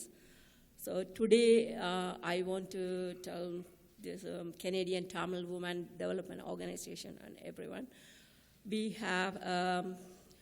are creating occupational health and safety related psychological problem in the workplace and workplace violence and harassment. I do these 2 programs for the women companies, different companies, and I've noticed that the woman has lots of problem regarding these 2 issues. So we create this program to give the other community also, because I noticed the other community has the same problem. So we are creating this program to give the other organizations, other community people, or the other healthcare system, to give them proper and workplace workshops. So today I revealed that this program, not only for my company or my personal earning things, this I'm going to give to my community, my country, and the other people across the Canada. And I'm meeting too many people across Canada, not only our community. 9 provinces I have some contacts, so we are going to do across Canada. And thank you. Thank you. நீங்கள் தமிழ்ல சொல்ல விரும்புங்களா? நான் Ontario occupational health and safety consultant கம்பெனியோட டைரக்டராக இருக்கிறேன். நாங்கள் work பிளேஸில் நடக்கிற சைக்கலாஜிக்கல் ப்ராப்ளத்தால் பெண்கள் எப்படி பாதிக்கப்படுகிறோம்ன்றதுக்காக ஒரு ப்ரோக்ராம் செய்கிறோம். According to Canadian safety standard. According to their safety standard, நாங்கள் அதை செய்கிறோம். அடுத்து work place violence harassment bill 168. அது எங்களோட பொம்பளைகளுக்கு நிறைய தேவைப்படுது. அதை நாங்கள் விளங்கப்படுத்தணும். ஒரு வேலை இடத்துல போனால் அந்த ப்ரோக்ராம் அங்கே இருக்குதோ, அந்த ப்ரோக்ராமுக்கு ஏற்றபடி ட்ரெயின் பண்ணப்படையணுமோ, அந்த ப்ரோக்ராம் ஹெல்ப் பண்ணணும் அவைகளை. வீட்டிலையும் நிறைய வேலை செய்தோண்டு வேலை இடத்துலையும் வேலை செய்யக்கல அவ தான் கூட எஃபெக்ட் ஆகுறது, ஆண்களை விட பெண்கள் கூட எஃபெக்ட் ஆகுறது. ஸோ நாங்கள் இது ரெண்டையும் பேலன்ஸ் பண்ணுற மாதிரி எங்களோட ப்ரோக்ராம் வந்து செய்து நாங்கள் ப்ரொவைட் பண்ணி கொண்டிருக்கிறோம். தேங்க்யூ. Thank you. அடுத்ததாக, and at this time we'll be closing the speakers list. Thank you. Good afternoon, panelists. Thank you. எனது பெயர் சர்வா. நான் உங்களிடம் கேட்கப் போவது என்னவென்றால், சவுத் ஏசியாவில் சீதனத்தால் தான் பெண்கள் அதிகமாக பாதிக்கப்பட்டிருந்தார்கள். ஆனால் ஈழத்தில் நாங்கள் சீதனத்தால் பாதிக்கப்பட்டிருந்தாலும் 60 ஆண்டு காலத்துக்கு மேலாக பெண்கள் ஈழத்தில் பாலியல் ரீதியாக துன்புறுத்தப்பட்டு வந்திருக்கிறார்கள். அதிலும் 2009ஆம் ஆண்டு மிகவும் கொடூரமாக, கேவலமாக, நிர்வாணமாக ஆக்கப்பட்டு பெண்கள் புதைக்கப்பட்டிருக்கிறார்கள். ஆனால் இப்படி பல கொடுமைகள், கொடூரங்கள் எங்கள் சகோதரிகளுக்காக நடந்திருந்த போதிலும் உலகத்திலே மனித உரிமை அமைப்புகள் அதிகம் உள்ளன. ஆனாலும் சவுத் ஏசிய நாடுகளிலேயோ அல்லது மற்ற மேற்கத்திய நாடுகளிலோ எந்த ஒரு பெண்ணுக்கும் தனி பெண்ணாக இருந்தாலும் அவர்களுக்கு அநீதி நடக்கிற பொழுது தட்டி கேட்கிறதுக்கு உலக அமைப்புகள் ஒன்று கூடி குரல் கொடுத்தன. ஆனால் ஈழத்தில் இவ்வளவு தூரம், அதாவது சிறிய சுருக்கமாக சொல்லப்போனால் நெவர் எவர் சீன், அப்படியான ஒரு கொடூரம் ஈழத்திலே நடந்திருந்த பொழுதும் எந்த மனித உரிமை அமைப்புகளோ இதுவரை கணக்கு எடுக்கவில்லை.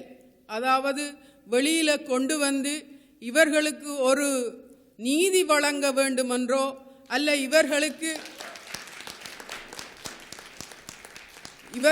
ஒரு நீதி வழங்க வேண்டுமென்றோ அல்லது இவர்களுக்கு ஒரு ஒரு திட்டமான ஒரு தீர்மானத்தை ஏற்படுத்த வேண்டுமோ, இவர்களுக்கு ஒரு பாதுகாப்பை வழங்க வேண்டுமென்றோ இதுவரை எதுவும் இடம்பெறவில்லை. இப்பொழுது நான் கேட்கப் போகிறது, உலகத்தில் வாழுகின்ற பெண்கள் எல்லாம் பெண்களா? ஈழத்தில் வாழ்ந்த பெண்கள் இல்லையா என்று உங்களிடம் நான் கேட்கின்றேன். இதில் நான் குறிப்பிட விரும்புகிறது, வருகின்ற மார்ச், இந்திய மாதத்தில் வருகின்ற UN கூட்டத்திற்கு நீங்கள் என்ன எங்களுக்கு பங்களிப்பு செய்வீர்கள்? எங்களுக்கு எத்தகைய முறைப்பாட்டை நீங்கள் அங்கு வைத்து எங்களுடைய கொடூரமான இந்த நிகழ்வுகளுக்கு நீங்கள் என்ன பதில் சொல்வீர்கள் என்று உங்களிடம் விரும்பி கேட்கின்றேன். நன்றி, வணக்கம். Thank you. So I'll just very quickly translate what the speaker said in English. She said that in South Asia there are many injustices, and she gave the example of the dowry system, and that this dowry system is one of the systemic injustices that have really traumatized and impacted women. And so we talk about human rights around the world, and international organizations and the United Nations, to name one, speaks to creating spaces of equity and justice for women and are able to mobilize. However, the injustices that have been happening to women in the occupied state of Tamil continue to go unnoticed and unseen, and she's asking us to why. She is making a call out that in the name of International Women's Day, whether it's your organizations or as in solidarity, we are in the package that many of you have, there's a resolution that's been brought forward in there. And what kind of support would you be able to give to unite the voices of, to bring forth the voices of Tamil Ulam women affected by the atrocities that they continue to face that are so horrific that we've only heard very little of.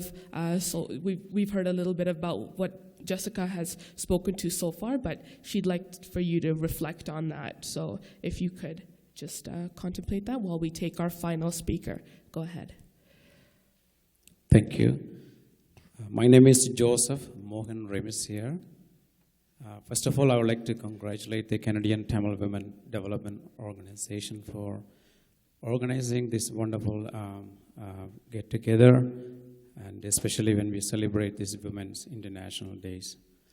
And also, I would like to thank the panel for sharing your thoughts and your experience, especially being the voice for the voiceless women, especially the South Asian women. And I would like to thank Jessica for sharing your experience back home, and I can understand that going there as a tourist, it's a risk, but you went there to collect some truth, and you brought out of the country. I'm glad you came out safely, and I think this whole is owe you a round of applause for bringing this kind of information out to the world. My question is I have 3 young girls. Still, we are telling them, or they are being told, you are women, you are girls. How can we help them to come out of the fear or the barrier that's they are being told? Thank you. Thank you. Would the speaker like to translate that into Tamil, or would you like to translate that in Tamil, sir, please? Thank you. Sure. முதல்ல இந்த Canada Tamil பெண்கள் பண்பாட்டு அமைப்புக்கு நமது மனமார்ந்த நன்றிகள்.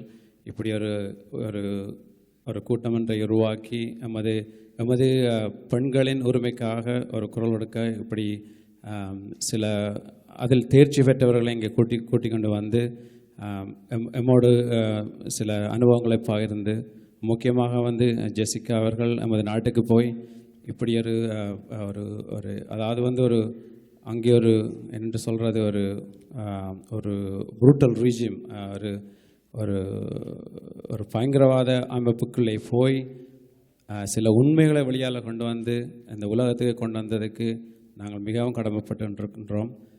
எனது கேள்வி என்னென்றால், எனக்கு 3 பெண் குழந்தைகள் இருக்கின்றார்கள். அவர்களுக்கும் சில வேளைகளை நாங்கள் சொல்லுகிறீர்கள், சில வேளைகள் சில செய்கைகள் செய்யும்போது, நீங்கள் பெண் பிள்ளைகள், நீங்கள் இப்படித்தான் செய்ய வேண்டும். இப்படியான ஒரு தடன்களை எப்படி நாங்கள் அவர்களுக்கு இல்லாமக்குவது, இல்லதால் எப்படி அவர்களை வளர்ப்பது? அதாவது நீங்கள் ஒரு பெண் பிள்ளைகள் என்று இல்லாமல் உங்களுக்கும் எல்லா உரிமைகள் இருக்கு என்பதை எப்படி அவர்களுக்கு நாங்கள் படிப்பிப்பது? அதுதான் எனது கேள்வி. நன்றி. Thank you. Is there one more last? Okay, go ahead, sir. சொல்லுங்க. கனடா தமிழ் பெண்கள் மேம்பாட்டு அமைப்பு நிர்வாகத்தர்களே, இங்கே கூடியிருக்கின்ற பெரியோர்களே, அங்கே மேடையிலே அமர்ந்திருக்கின்ற இந்த பெண்மணிகளே, தங்கள் அனைவருக்கும் அன்பு வணக்கம் உறுத்தாக. எங்களுடைய தமிழீழம் இலங்கையிலே தமிழீழத்திலே 2009ஆம் ஆண்டு மே மாதம் 18ஆம் தேதி வெள்ளக்கொடியோடு வெளியே வந்தார்கள். லட்சக்கணக்கான ஆண்களும் பெண்களும் சிறுவர்களும் சிறுமிகளும் முதியோர்களுமாக வந்தார்கள்.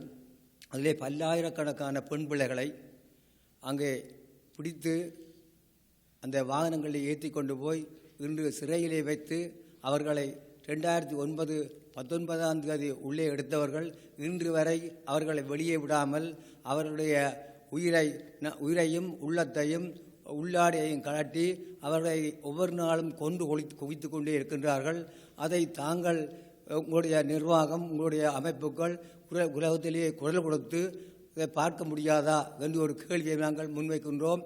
அதாவது அந்த பெண்மணிகள் இன்றும் அன்று 2009 19ஆம் தேதி உள்ளே எடுத்தவர்கள் இன்று வரையும் இரவு பகலாக அவருடைய உச்சியிருந்து உள்ளங்கால் வரையுள்ளே அவர்களுடைய குண்டூசிகளாலும் அவர்களுடைய சிகரெட்டுகளாலும் மின்சாரங்களாலும் குத்தி அவர்களை பாலியல் வல்லுறவு கொடுத்தி அவர்களை இரவு பகலாக மாறி மாறி ஒருவன் அல்ல 2 பேர் அல்ல 10-20 பேர்களாக பாலியல் செய்து அவர்களை துன்பப்படுத்தி அவர்கள் நிர்வாணமாக உள்ளாடை அற்ற நிலையிலே, உணவற்ற நிலையிலே, உயிரற்ற நிலையிலே உசாடி கொண்டிருக்கின்றார்கள் என்பதை தாங்களுக்கு அன்புடன் அறிய தருகின்றேன். எனவே தயவு செய்து தாங்கள் அந்த பெண்களுடைய படுகின்ற அவலத்தை அங்கே போனால் பார்க்கலாம். கொழும்பிலே 4ஆம் மாடியிலே நீங்கள் தாராளமாக பார்க்கலாம். எந்த ஒரு மனித உரிமை அமைப்புகளையும் விடுவதில்லை, எந்த ஒரு பெற்றோரை விடுவதில்லை, யாரையுமே விடுவதில்லை. எனவே அவர்கள் படும் அல்லல் இன்று யாராலும் பொறுக்க முடியாது. நீங்கள் இங்கே சமூகம் கொடுத்திருக்கின்ற இந்த பெண்மணிகளே, உங்களுக்கு உள்ளம் இருந்தால், உங்களுக்கு ஒரு இது இருந்தால், ஒரு மனச்சாட்சி இருந்தால், உலகத்திலே இதை வெளிக்கொண்டு வந்து உலகத்தில் உள்ள சர்வ ஊடகங்களுக்கு தெரியப்படுத்தி இதை எங்களுடைய மக்களை, எங்களுடைய பெண் பிள்ளைகளை, அங்கே வருங்கால எதிர்கால சந்ததியினரை காப்பாற்றும்படி அன்புடன் கேட்டுக்கொள்கிறேன். நன்றி, வணக்கம். Thank you. So just to summarize what the speaker has spoken to, in May 18th, 2009, many of us remember the final onslaught of the after-war situation where the rules of engagement through the Geneva Conventions state that when the one side of in combat is to raise a white flag, that they are to be taken as prisoners of war and to be respected under those international stipulations. However, the state for many of the LTT cadres who were taken as POWs during that time continued to be a horrific state of torture, imprisonment, and there has been a lack of movement in their release, a lack of information in how they are being treated, and the information that is coming from the inside is that it is a brutal torture, that it is horrific, and it is ongoing through systemic rape and various other sorts that the gentleman mentioned. So he's also asking for solidarity and support in that way. So if the speakers would like to speak to that, and I'd just like to insert at this time that CTWDO, the Canadian Tamil Women's Development Organization, is a part of a larger network called the Tamil Women's Alliance, and we will be launching that network as of today. And many of our allies, sisters and brothers from various organizations here today have come from far and wide across Toronto and internationally to be able to work with us, and we'd like to continue to build this umbrella so that we can mobilize on a larger scale around these issues, whether it is South Asian immigrant women's rights, whether it is Indigenous solidarity, and including the injustices that are happening to our sisters and brothers in Tamilulam. So I just wanted to insert that, reflecting on what the speakers had said. Go ahead if the panel would like to respond finally.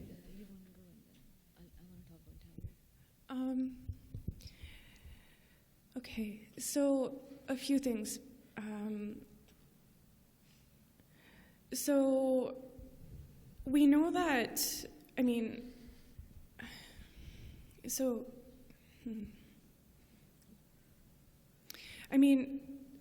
the economic situation now in the North is politicized, right? So we know that there's this pattern of, for example, during 2009, underestimating the number of civilians who were caught in the fighting, so underestimating that number, and then to NGOs, and then NGOs were not able to send enough food, and people starved to death. I'm sure many of us have seen images of how people looked as they crossed over to government-controlled areas, and then as they were in the camps. So starvation was, and withholding aid has been, a form of genocide. And we see now after 2009, with the army occupation of, for example, agricultural lands, and as well as the army who essentially control all of the income generation in the North, or almost all, running small businesses, etc. So the poverty that's experienced and the food security crisis that's now happening after 2009 is directly tied to genocide and to state oppression. So I guess what I'm trying to say is that there's two things that we have to do. The first is to continue to call for justice, and to continue to raise awareness and push for accountability, and to name what is happening as genocide, and to say that, you know, after 2009, there continues to be all of these things that continue to oppress Tamils. But then also what we need to do is make sure that we, or find ways that we can help people meet their daily needs, because at the end of the day, we need people to stay alive, right? We can't wait for the very slow international mechanism. While I was there were so many people who shared stories of, you know, people who committed suicide, mothers who either committed suicide or also tried to, you know, give away their children, or some incidences of mothers who drowned their infants in a well because they just were not able to feed them, and they just couldn't sit there and listen to their child cry day and night. I mean, I'm not a mother myself, but I can't imagine what it's like to not be able to either produce milk or buy milk powder to feed my child. So we have to find ways to help people look after their families. And I mean, I really think one of the most important things to do is to support women heads of households so that they can keep their children at home, because there is such a shortage of orphanages, and then the government-run orphanages are quite abusive to children. So I can talk afterwards, you know, off camera, about some different ways to support families or to send money back. But yes, I would say that there's, you know, it's those two paths that we need to continue, and that we have to do. Thank you, Jessica. Go ahead, Sarah. Your final I just want remarks. to share a few of my thoughts and maybe wrapping thoughts on the issue of dowry, and then someone asked a question, how is our next generation going to face the issue of violence on women? Dowry is not only a big issue in the countries of South Asia, where women, when they are married, for those who don't know, when women they are married, their parents promise, or the promises are taken out of them, that they will pay a certain amount of gold or money or property, and if they're unable to give that money to the parents of the groom, they face the consequences, and the consequences include beating, battering, punching, and even putting them on fire by kerosene. The issue is very prominent of burning brides, as well as a few of them have been thrown acid on, and there's a very famous documentary by an Oscar-winning documentary by Shamila Chinoy of Pakistan, who has done a lot of research and lots of documentary on how women have to face not to get dowry. They are thrown acid, they are burnt. As far as the question of next generation is concerned, how are we going to change the ideologies and thinking patterns of the next generation, is just a step from gender violence to gender democracy. As I mentioned earlier, gender democracy is all about putting gender equality first, privileging gender over race, addressing sexism, misogyny, inequity, and inequality, analyzing patriarchy, and changing the patriarchal culture in the minds and brains, and changing the power relationship of male and female in a household or at workplace.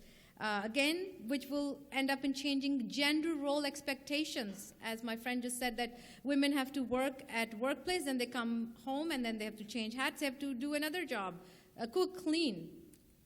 And again, redistributing power, building women's power, making women's autonomy central, and rewriting masculinity would be a good answer for our next generation, where we will hope to see a world free of abuse of women. Thank you very much. Thank you.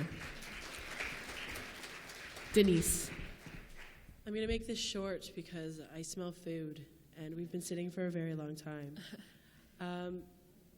I'm not a scholar on the South Asian community, so I'm not going to speak to that. I don't feel that's very fair to anybody, and we have too many people here who have shared their own experiences and said some really great words, and I'd like to thank Jessica again for sharing her stories with us.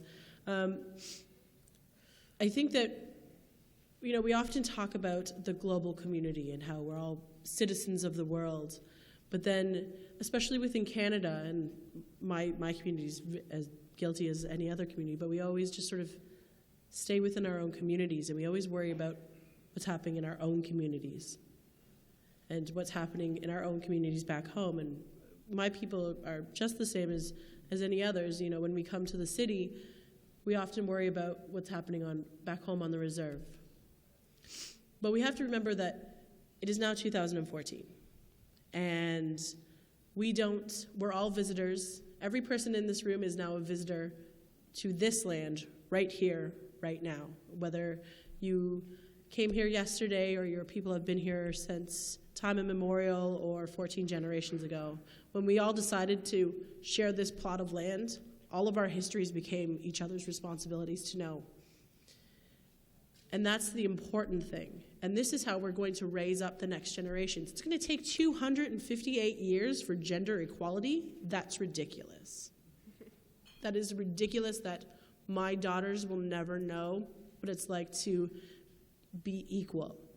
But there's an intersectionality. Every man that's sitting in this room right now knows a different intersectionality. Any man of color knows how difficult it is to be a part of the Canadian fabric, not in his own way. We all experience racism, we all experience sexism, we all experience different sorts of isms because we don't speak the proper language or we have a physical disability.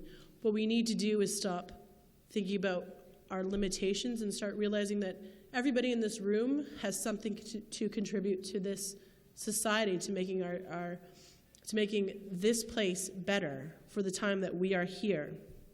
I once had a teaching when I was a young girl that said, every day that you're alive, you're going to learn something. And when you're done learning all the things that you're supposed to learn in this life, you pass on and you go and you meet our Maker.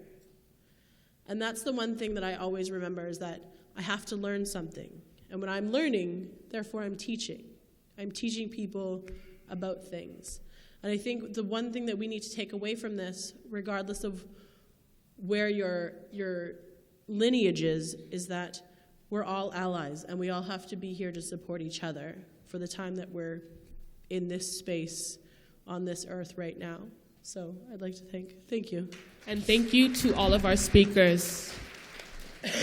At this moment, I'd like to call up Kavita to present a little token of our appreciation to our speakers on behalf of the CTWDO.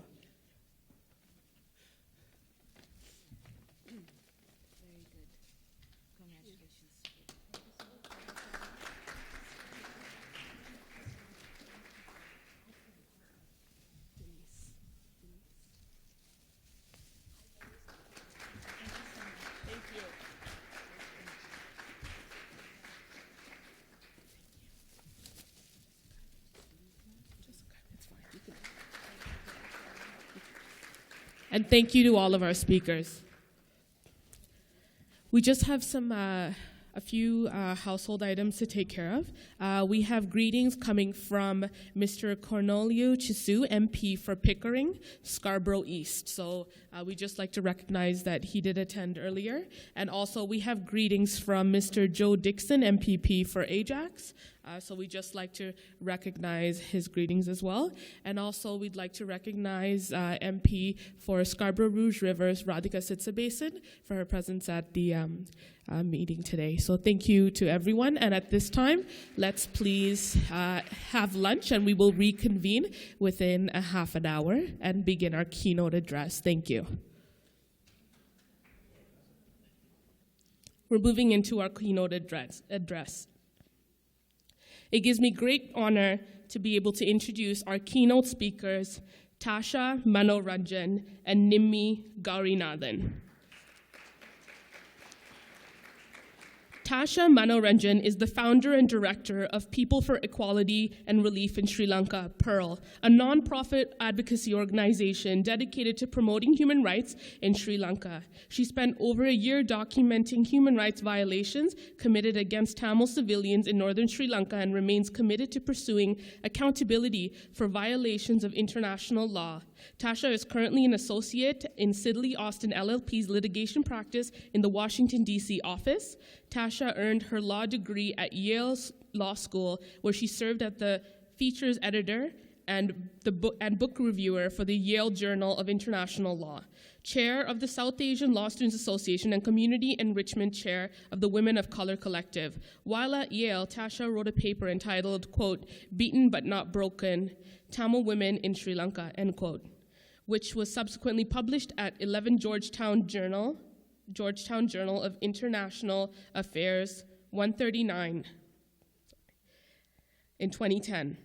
Tasha received her BA magna cum laude in Justice and Peace Studies from Georgetown University's School of Foreign Service. Please welcome Tasha Manoranjan.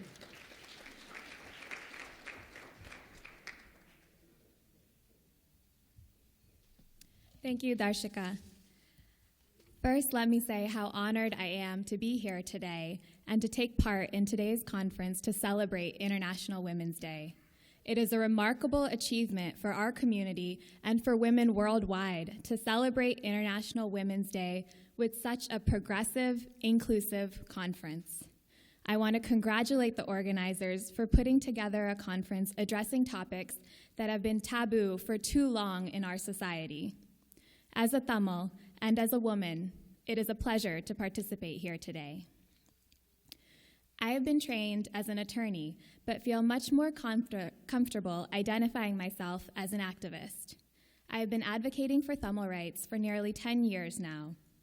I founded PEARL to work with policymakers, media, and the public when I was in college after I volunteered in Venni. I taught English at Sanjole and other children's homes and realized that the girls I knew whose parents had been killed in artillery shelling or aerial bombardment or simply disappeared could have easily have been me. But for the circumstance of my parents fleeing earlier in the war, I could have grown up spending my childhood in underground bunkers too. When I returned to the States, I knew I had the responsibility and privilege of working to better the lives of my Tamil brothers and sisters back home, and have been working for the struggle ever since. Today, I want to focus first on the issue of genocide and draw from international law to demonstrate what happened to Tamils in 2009 was clearly genocide. Next, I will focus on the current crisis facing Tamils, and particularly Tamil women, by focusing on singleization, militarization, sexual violence, and reproductive violence. Lastly, I will briefly touch on the current situation in the international community with the UN Human Rights Council starting on Monday. In 2009, it has been well documented by doctors and international groups like Human Rights Watch and the ICRC that hospitals were intentionally targeted. Indeed, makeshift and permanent hospitals were shelled by the Sri Lankan army over 30 times in the early months of 2009. The question is why? Were these hospitals targeted because the government thought they were LTTE military installations? Or were they targeted to inflict conditions of life calculated to bring about the physical destruction of the Venni population? If the latter, this clearly demonstrates genocide under the Convention on the Prevention and Punishment of the Crime of Genocide. Similarly, Tamil civilians were told to congregate in 3 successive no-fire zones. These no-fire zones were then targeted by continuous army shelling. Were these no-fire zones targeted to eradicate the LTTE, or was this part of a government strategy to inflict as much destruction as possible on the Tamil community? A UN panel of experts report found evidence of the crime against humanity of persecution having been committed against the Venni population. This means that these Tamils were attacked specifically because of their identity as Venni Tamils. The difference between the crime against humanity of persecution and the crime of genocide is the issue of intent. That is, whether the Sri Lankan government intended to destroy part of the Tamil ethnicity, specifically the Venni Tamil population. International law has held that genocidal intent can be inferred based on the factual circumstances of the crime.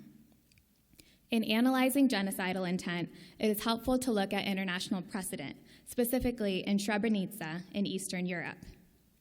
In Srebrenica, 7,000 to 8,000 Bosnian Muslim men were executed, and the women and children were forced to leave.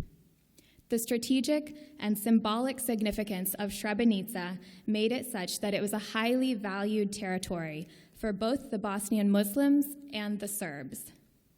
Similarly, the Venni region is of great strategic and symbolic significance. It is at the crux of the northern and eastern provinces and thereby upholds or obliterates claims for Tamilulam in these areas.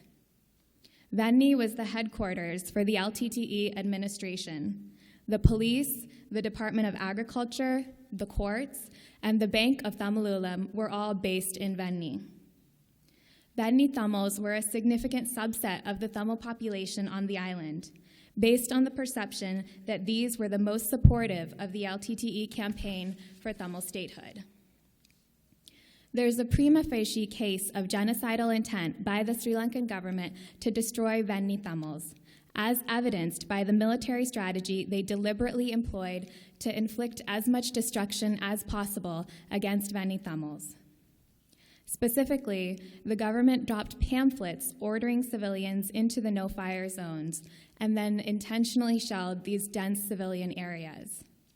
The government deliberately understated how many civilians were in the conflict zone, saying there were only 70,000 civilians there in January of 2009, while the Red Cross estimated over 250,000 Tamils.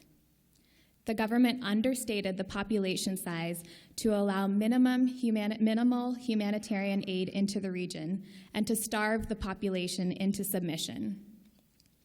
Furthermore, after the war ended, the government herded the almost 300,000 Tamils into internment camps, and the government initially stated they wanted to keep the Tamils in these internment camps for up to 3 years. Only after outrage by the international community at such an egregious violation of international law did the government start releasing Tamils from these dangerously militarized camps. As the situation in Sri Lanka worsens today, international outrage is again necessary. The Sentinel Project, a Toronto-based human rights group, said that the risk of mass atrocities in Sri Lanka remains high. This is based on the heavy militarization in the north and east and reassertions of Sinhalese power, seen particularly in the Sinhalization of the north. Sri Lanka has a painful history of silencing dissent through violence, and this is seen today with widespread disappearances, arbitrary arrest, and torture. This brings us to the current crisis facing Tamils, and particularly Tamil women. The Sri Lankan government has intensified its aggressive campaign to Sinhalize the ethnically Tamil areas in the north and east. Operating under the guise of preventing a highly unlikely resurrection of Tamil militancy and with the intent of creating a homogeneous Sinhala Buddhist Sri Lankan identity, Sinhalization is a state-sponsored program aimed at eliminating the Tamil culture, language, and identity from Sri Lanka. This is genocide. Sri Lanka's President Mahinda Rajapaksa is implementing development in ways that are methodologically disempowering, disenfranchising, and extinguishing the Tamil people as a collective. Currently, there is 1 soldier for every 5 Tamils in the north, an absurdly high statistic given that the war ostensibly ended 5 years ago. In Tamil-speaking areas, the Sri Lankan military has increased its economic role, expanded the amount of land it controls, and essentially establishing itself as a permanent, occupying presence. This occupation, allegedly designed to prevent the renewal of militancy, is rapidly alienating Tamils and subverting the quote-unquote reconciliation process. Heavy militarization of the North and East has led to drastic increases in Sinhalese settlers, land grabs, construction of Buddhist temples, conversion of village names and street signs from Tamil to Sinhalese, and unrestricted Sinhalese enterprise, all of which threaten to permanently alter the local demography and exacerbate ethnic tensions. The Sunday Leader released an expose of the systemic Sinhalization of the North and East, stating that the entire Munnikulam village in Mannar had been taken over by the Navy and their families, while the people who originally called this village home had no place to stay. The result was over 2,000 families living in temporary settlements in the jungle. Last May, over 1,000 Tamils filed a petition against the government's confiscation of their land. Their petition stated that 6,300 acres were appropriated to build another army base in Jaffna. A large number of them were refused permission to return to their lands and were forced to remain in the, quote, welfare camps. The extreme level of militarization uniquely affects Tamil women. There are thousands of female-headed households after the end of armed conflict. These women are especially vulnerable to sexual violence due to the military's predatory practices. The soldiers who brutalized Tamils in Mullawaikal are the same soldiers living next door to Tamil women today. Imagine living next door to your husband's killer and not knowing whether he was coming to rape you tomorrow. This is how many women are currently subsisting. NGOs such as Human Rights Watch and Freedom from Torture have reported on widespread and systematic sexual violence inflicted on Tamil women and men, including in detention and, quote, rehabilitation centers. Local NGOs focusing on women's rights have reported on forced conscription over 100 young Tamil women and girls from Venni into an overwhelmingly Sinhalese military under the pretext of performing clerical work. These women were not allowed to leave or contact their families when informed that they would be instead performing military duties. In December of 2012, 13 of these women were admitted to Kilinochchi Hospital, and many were found to be unconscious. They were denied access to hospital staff, their families, and a local Tamil parliamentarian who inquired after their condition. Recent reports from local human rights groups have also documented hundreds of Tamil women in northern Sri Lanka being forced to accept surgical implantation of long-term birth control. These reports add to previous reports of forced sterilization of Tamil women both during and after the war. In May 2007, a confidential cable from the U.S. Embassy in Colombo discussed an EPDP medical doctor who performed forced abortions, often under the guise of a regular checkup, on Tamil women suspected of being aligned with the LTTE. A health department report from the Northern Province in 2012 found a 30 times higher rate of birth control implants of Tamil women in Mullaitivu compared to the much more densely populated Jaffna.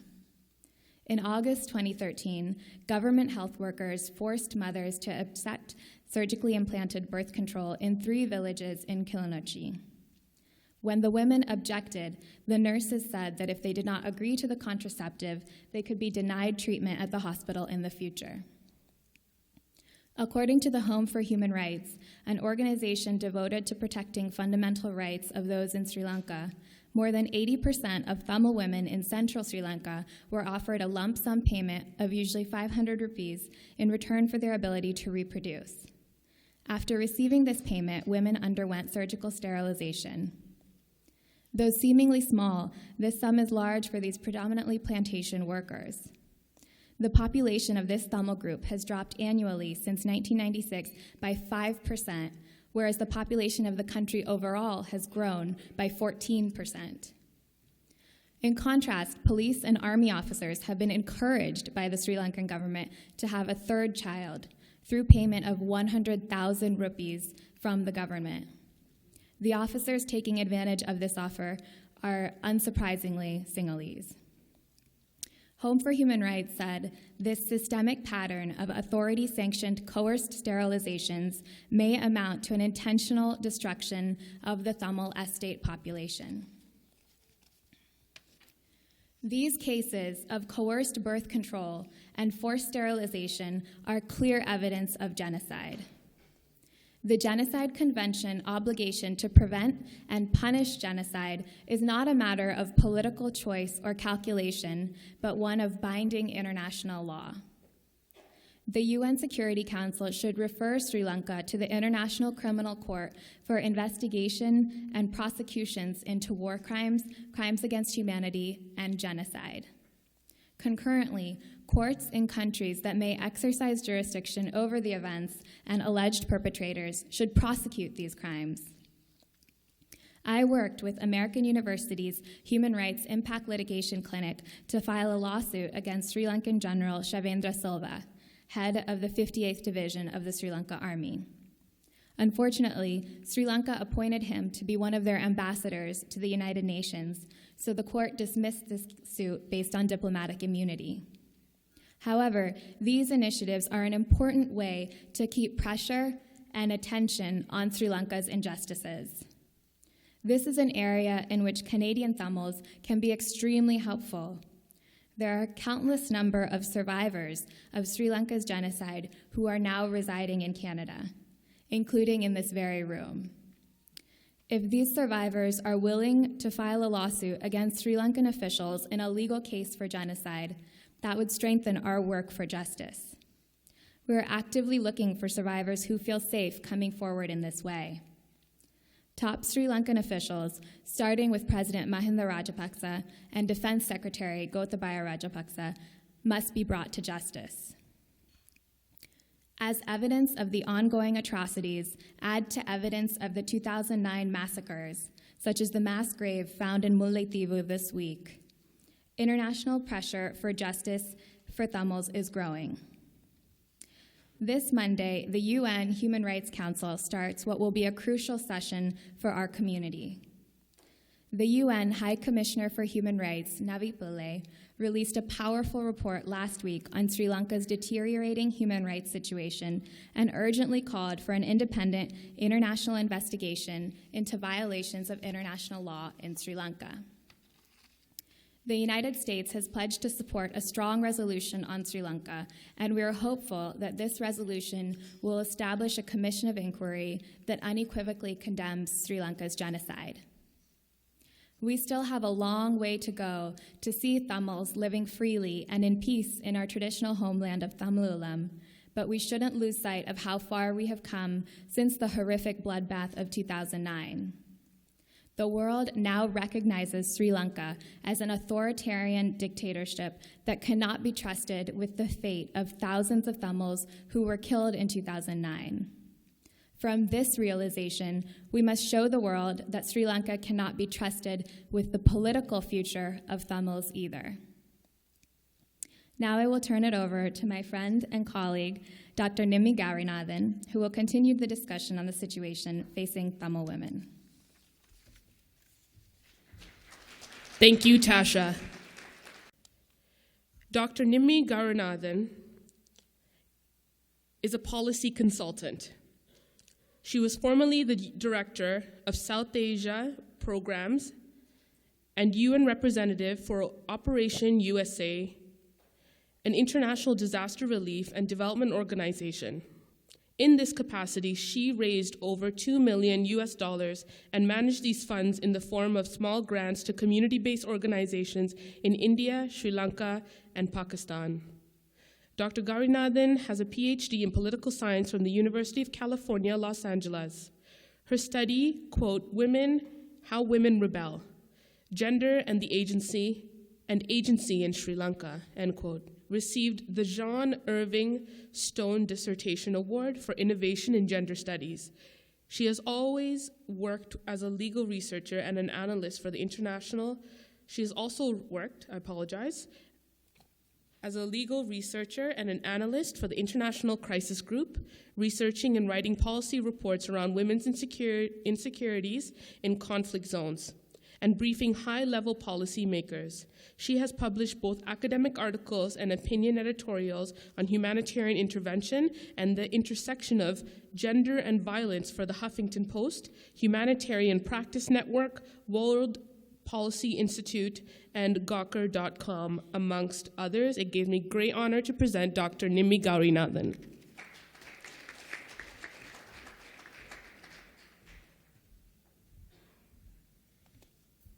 Hi. I'm very happy to be here at this conference in particular.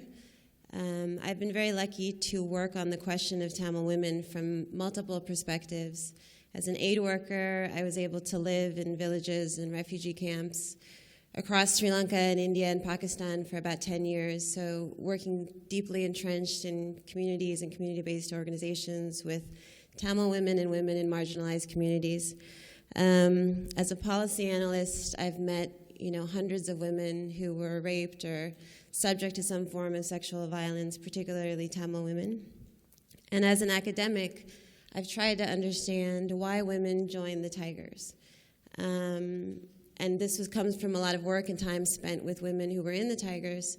And this study, essentially, the purpose of it was to say that state repression comes in multiple forms, and you can't just look at, if somebody was bombed or if somebody's father died, but these women who have been in a militarized situation, who have experienced rape, who have been in displacement camps, those are all forms of state repression, and it's not just affecting women emotionally, it's affecting them politically. It changes how they think about politics.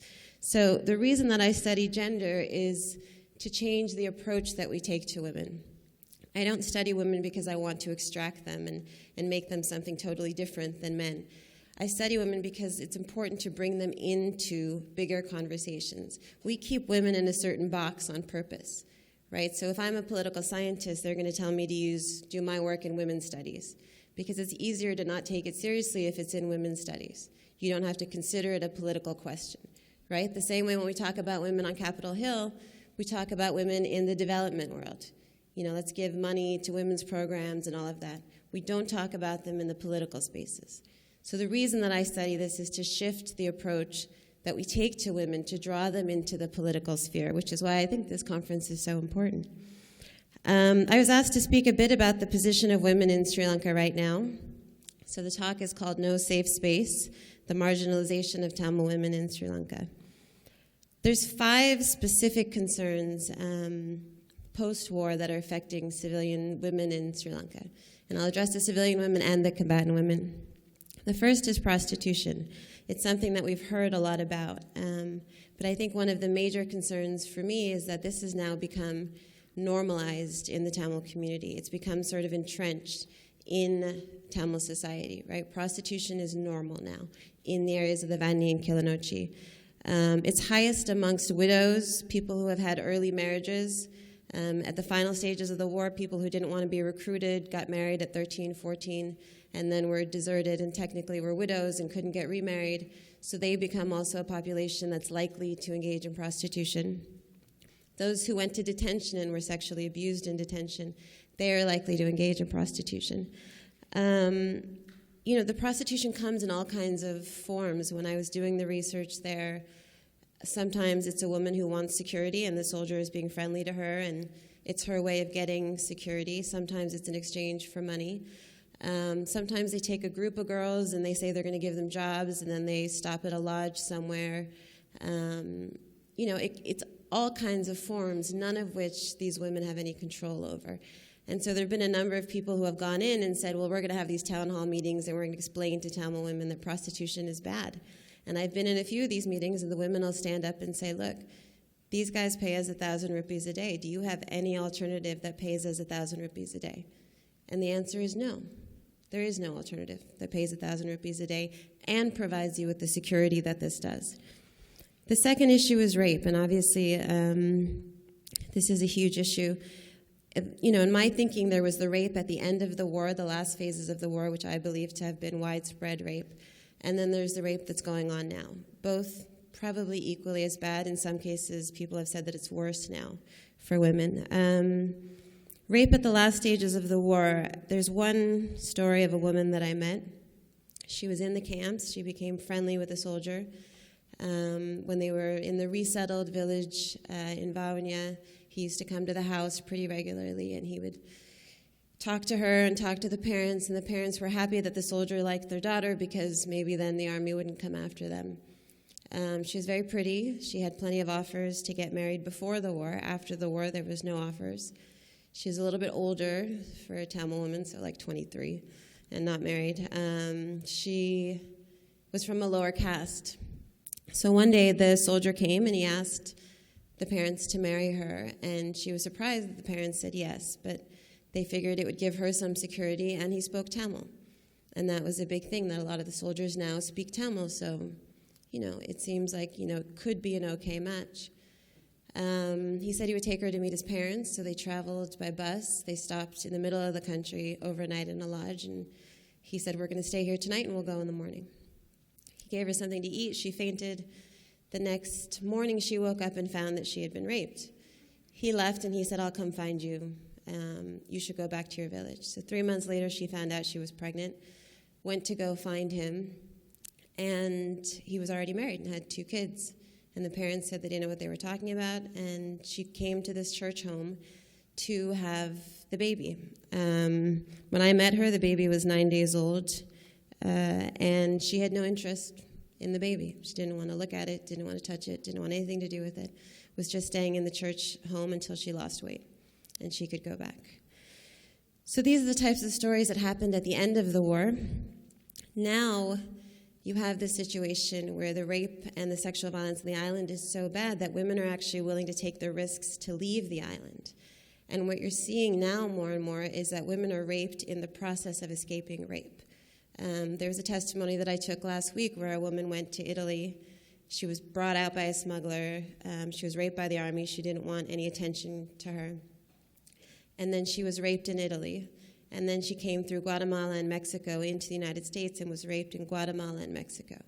So the idea to me of escaping rape, to be raped on 3 different continents, to end up in New Jersey where there's no services for her, there's nothing that she can do there. So these are the issues we're dealing with now. Tasha already touched upon the coercive population control, forced sterilization. The one thing I want to highlight there is that with the birth control, you're really talking about this intersection of class and education and race. So she's a Tamil woman. She doesn't have an education. She can't understand what you're telling her about reproductive health. She's from a lower class, but she wouldn't be in this position if she wasn't a Tamil woman. She would not have had an education if she wasn't a Tamil woman. So this issue really highlights the position of Tamil women and crosses over all of these lines, class and education and race.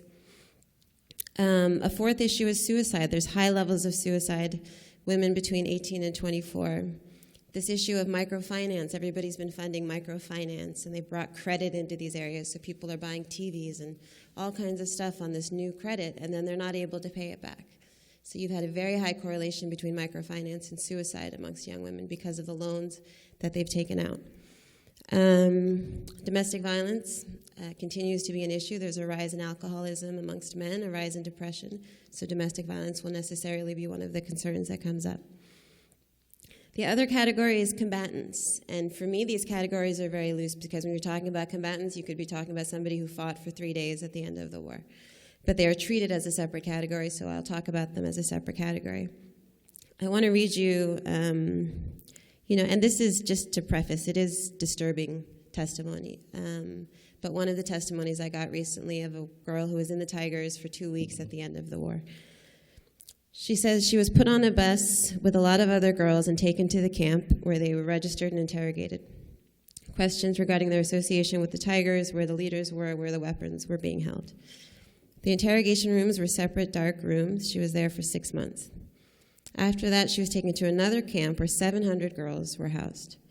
Again, there were 5 to 6 girls per room. Each girl would be called out by name, taken separately for interrogation, and tortured. She was taken to the interrogation room, which was a dark room, where she was asphyxiated with a patrol bag. When she came to her senses, she realized there was no one in the room, and she was naked, and there were signs of sexual assault. This happened to her on 3 occasions. The interesting part, here is that when she went back to her room, none of the girls talked to the others about what had happened to them during interrogation. She presumes this is because the sense of shame and guilt that was natural to the culture and social background in which these girls grew up. Some of the girls were taken to rehabilitation. She was not. She didn't have a trial. Doing the work, this kind of work, when you hear one of these testimonies, just one, it's so powerful and it's so disturbing. But I recently was at the State Department and met the Assistant Secretary on Conflict, and he said, yes, well, we're interested in sexual violence, but we just don't have the data. And, I'm a political scientist. I know what data is, but to me, if even one of these stories is true, then we should be doing something about it. I shouldn't have to get 200 stories in order for you to think about this. We know that this story is true. It was confirmed.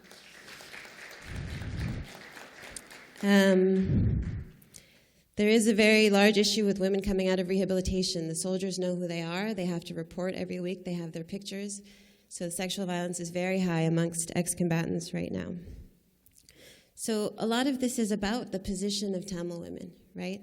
Where the space is for them to exist right now. So a lot of people talk about having dual insecurities, meaning, as a Tamil and a woman, you have different insecurities. And for someone like me, that's true, right? If I'm at a checkpoint in Colombo, which I've been before, when I'm in Colombo, I'm always very nervous about people finding out I'm Tamil or what I do or whatever.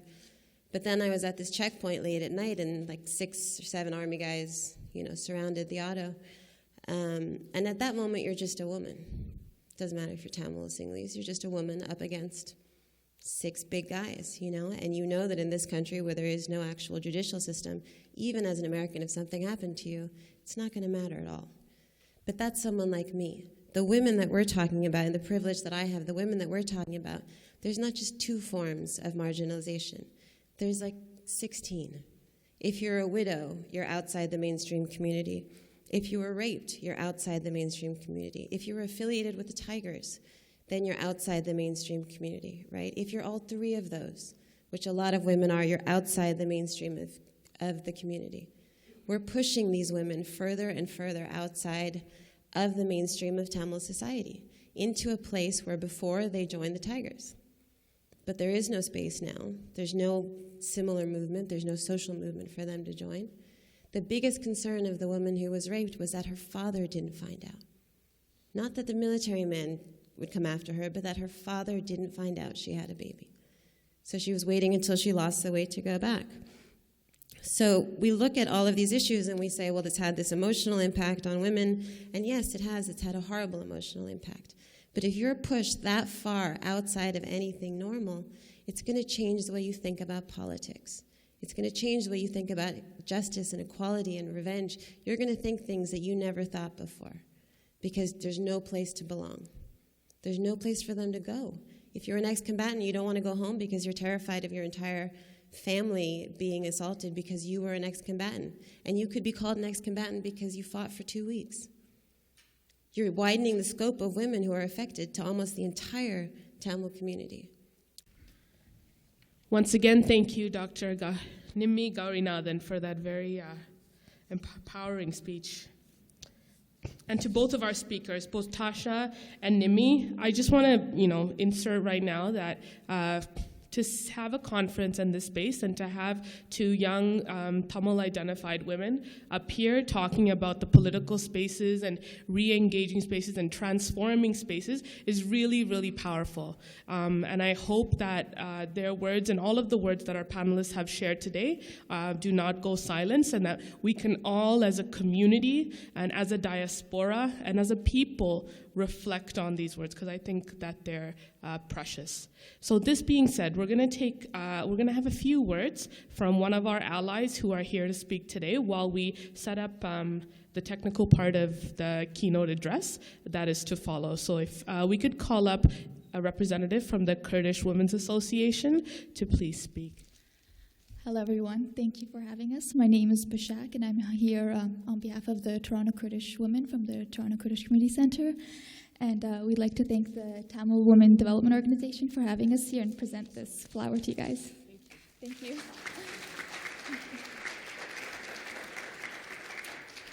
I'm just going to read you guys a quick message from the Kurdish Community Center women, and it's a little bit political, I think, so it didn't really fit in with the theme, but I'm just going to read it. And it has touched on March 8th, Women's Day, kind of. Over 40,000 women workers went on strike in order to better their working conditions and have equal rights in New York on March 8th, 1857, and this strike was suppressed in a very bloody way. In Second International, March 8th has been accepted as International Women's Day as a result of Clara Zetkin's proposal. For many years, women from every country, every region have always continued the legacy and the tradition of fighting and taking action against women abuse.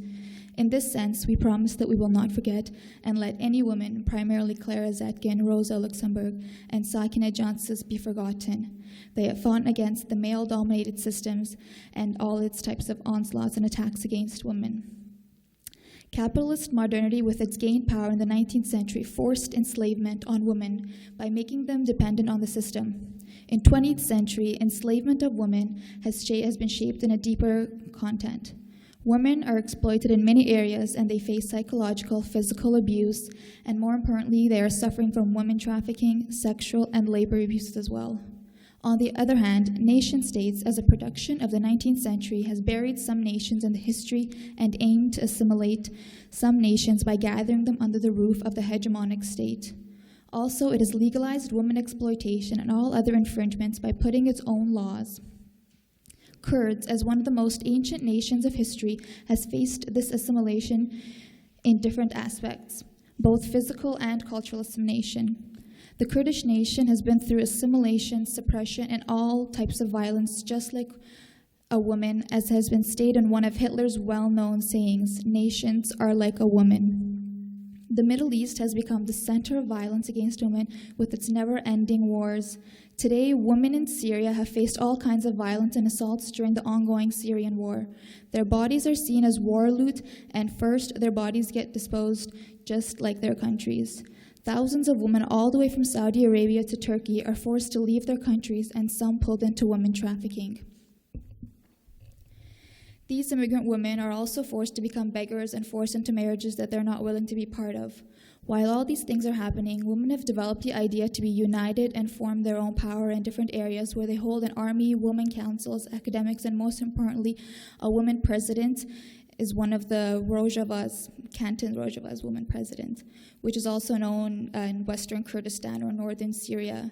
It can clearly be seen that warfare and its process can have huge impacts on women in a good and bad way.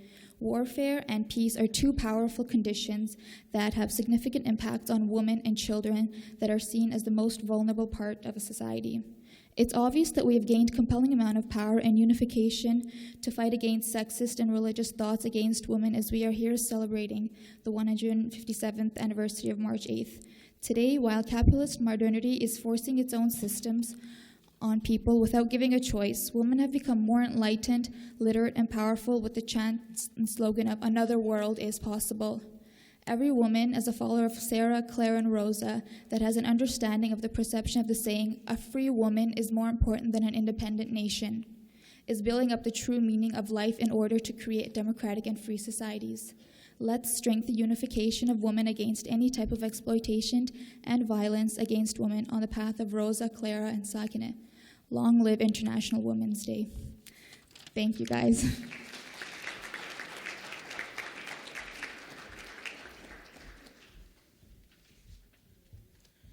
Thank you very much once again from the Kurdish Women's Center. We really appreciate your solidarity, and we look forward to continue working with you all. Thank you. Please welcome Dr. Rajesh Logan to the front. வணக்கம் எல்லோருக்கும்.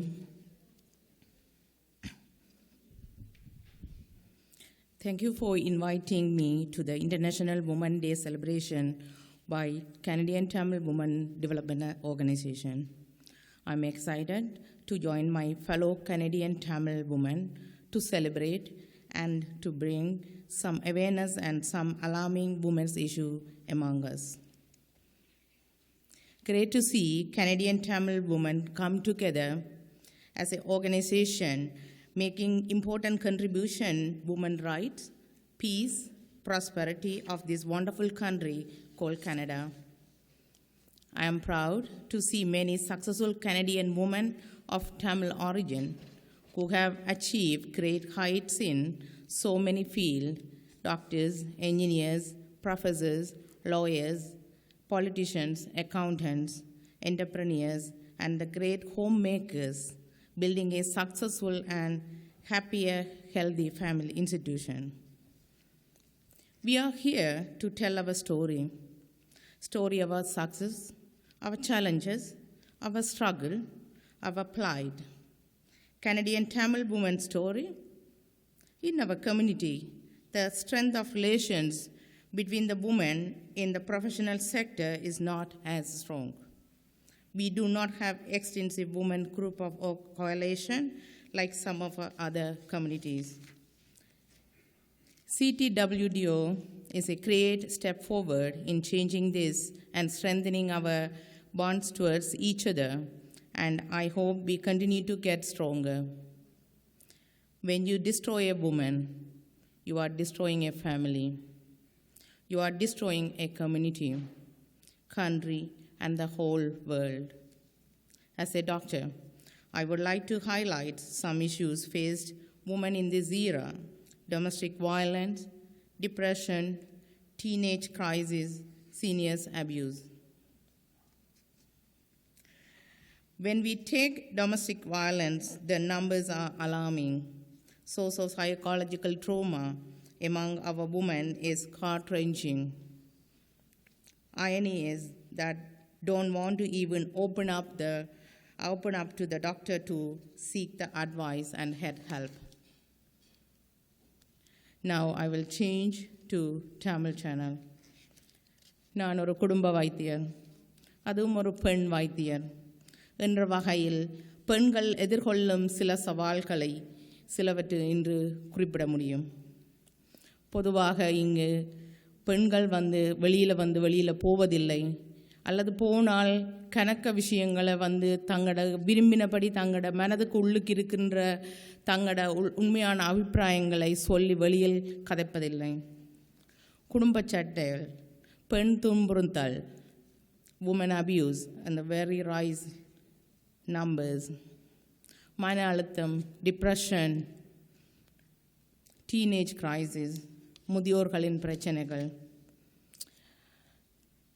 குடும்ப சண்டை. இந்த விடயம் மிகவும் கனமான ஒரு விடயம். இது எம்மார்களிடம் அதிகரித்துக்கு செல்கின்ற நிலை காணப்படுகின்றது. இது பெண்களை உள ரீதியாக பாதிக்கின்ற பெரு விடயமாகும். ஒரு பெண் துன்பப்படுத்தப்படுத்த போது அது பெண்ணை மட்டுமல்ல, அந்த முழு குடும்பத்தையுமே முழு சமுதாயத்தையுமே இது பாதிக்கின்றது. ஒரு பெண் ஆனால் துன்புறுத்தப்படும் போது அது அந்த பிள்ளைகளின் மனநிலை, அதாவது பிள்ளைகள் படிக்க முடியாது, அவர்களுக்கு வீட்டை இருக்க முடியாது, இதனால் அவர்கள் வெளிநிலைக்கு எடுத்து செல்லப்படுகின்றார்கள். வெளியிலே நிறைய அவர்களை வாண்டு கூப்பிடுறதுக்கு நிறைய ஆட்கள் காத்து கொண்டிருக்கின்றார்கள். Drug abuse, alcohol and gangs and இப்படியே அடக்கி கொண்டு போகலாம். இப்படி செல்வதால் எங்கள் ஃபேமிலிகளுக்கு இடையில நிறைய ப்ராப்ளம் வரும்போது போலீஸ் கோர்ட் அப்படி என்று இழுபட்டு செல்ல வேண்டிய நிலை ஏற்படுகின்றது. இந்த உமன் அபியூஸை சொல்லுவதற்கே தயங்குகின்ற நிலைமை இங்கே காணப்படுகின்றது. குறிப்பாக ஈவன் ஃபேமிலி டாக்டர்ஸுக்கு எங்கள்கிட்ட வந்தாலே பொதுவாக வெளியாக எனக்கு இப்படி ஒரு பிரச்சனை இருக்குது, எனக்கு ஒரு உதவி செய்யுங்க என்று கேட்குற நிலைமை இல்லை. வருவார்கள், தலையிடிக்குது அல்லது வயிறு நோவுது அல்லது கால் நோவுது, ஒரு சம்பந்தம் இல்லாமல் ஒன்றுக்கும் அவர்களது உண்மையான ப்ராப்ளத்துக்கும் வெளியில் அவர்கள் சொல்கிற ப்ராப்ளத்துக்கும் ஒரு சம்பந்தமே இருக்காது. நாங்கள் கூட்டி கழித்து பார்த்து ஒரு டயக்னோசிஸ் எடுக்க முடியாது. ஏனென்றால் அவர்கள் ஃபிசிக்கல் ப்ராப்ளம் இல்லை, அவர்களது மனதில் ப்ராப்ளம். அந்த மனதை ஓப்பன் பண்ணி சொன்னால் தங்களது குடும்பமானம், மரியாதை, தன் கணவரை பற்றிய நிலை அல்லது பிள்ளைகள்கிட்ட பிரச்சனை என்றால் பிள்ளைகள் டீனேஜில் செய்கிற குழப்படிகள் பிரச்சனைகள் அதுகளெல்லாம் வெளியில் விடுமோ, எங்களோட குடும்பத்து மானம் போயிடுமென்று நிற்கிறார்கள். ஆனால் அந்த மானம் சரியான ஒரு குறிப்பிட்ட அளவுக்கு விஞ்சி மீறி வெடிக்கின்ற நிலை வரும்போது அது ரியலி இந்த குடும்ப நிலை எல்லாத்தையும் மாற்றுகின்ற சந்தர்ப்பத்தை பார்க்கிறீர்கள் எவ்ரிடே.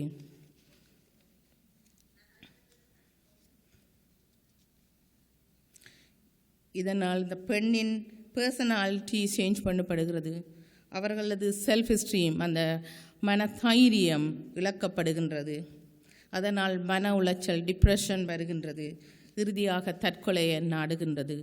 இங்கு தற்கொலைகள் கூட நிறைய நடவருகின்றன, நிறைய பேருக்கு தெரிவதில்லை. ஏனெண்டா இதுகளை வெளியில் பிரசுரிக்க முடியாது. ஆனால் நீங்கள் நிறைய அன்றாடம் எவ்ரிடே நீங்கள் இதுகளை பார்த்து கொண்டிருக்கின்றீர்கள், கேட்டுக்கொண்டிருக்கின்றீர்கள். தமிழ் பெண்களின் தற்கொலை வீதம் 90களில் மிகவும் அதிகமாகவும் 2000க்கு பின்னர் கொஞ்சம் குறைந்த நிலையும் காணப்படுகின்றன. ஆனால் இந்த மிகவும் மனதை வருத்த குறைந்த நிலை என்னவென்று சொன்னால், இது தற்கொலை செய்வோர் வீதம் தென்னாசிய மக்களுக்கிடையே தான் மிகவும் அதிகமாக காணப்படுகின்றது. Teenage crisis, depression.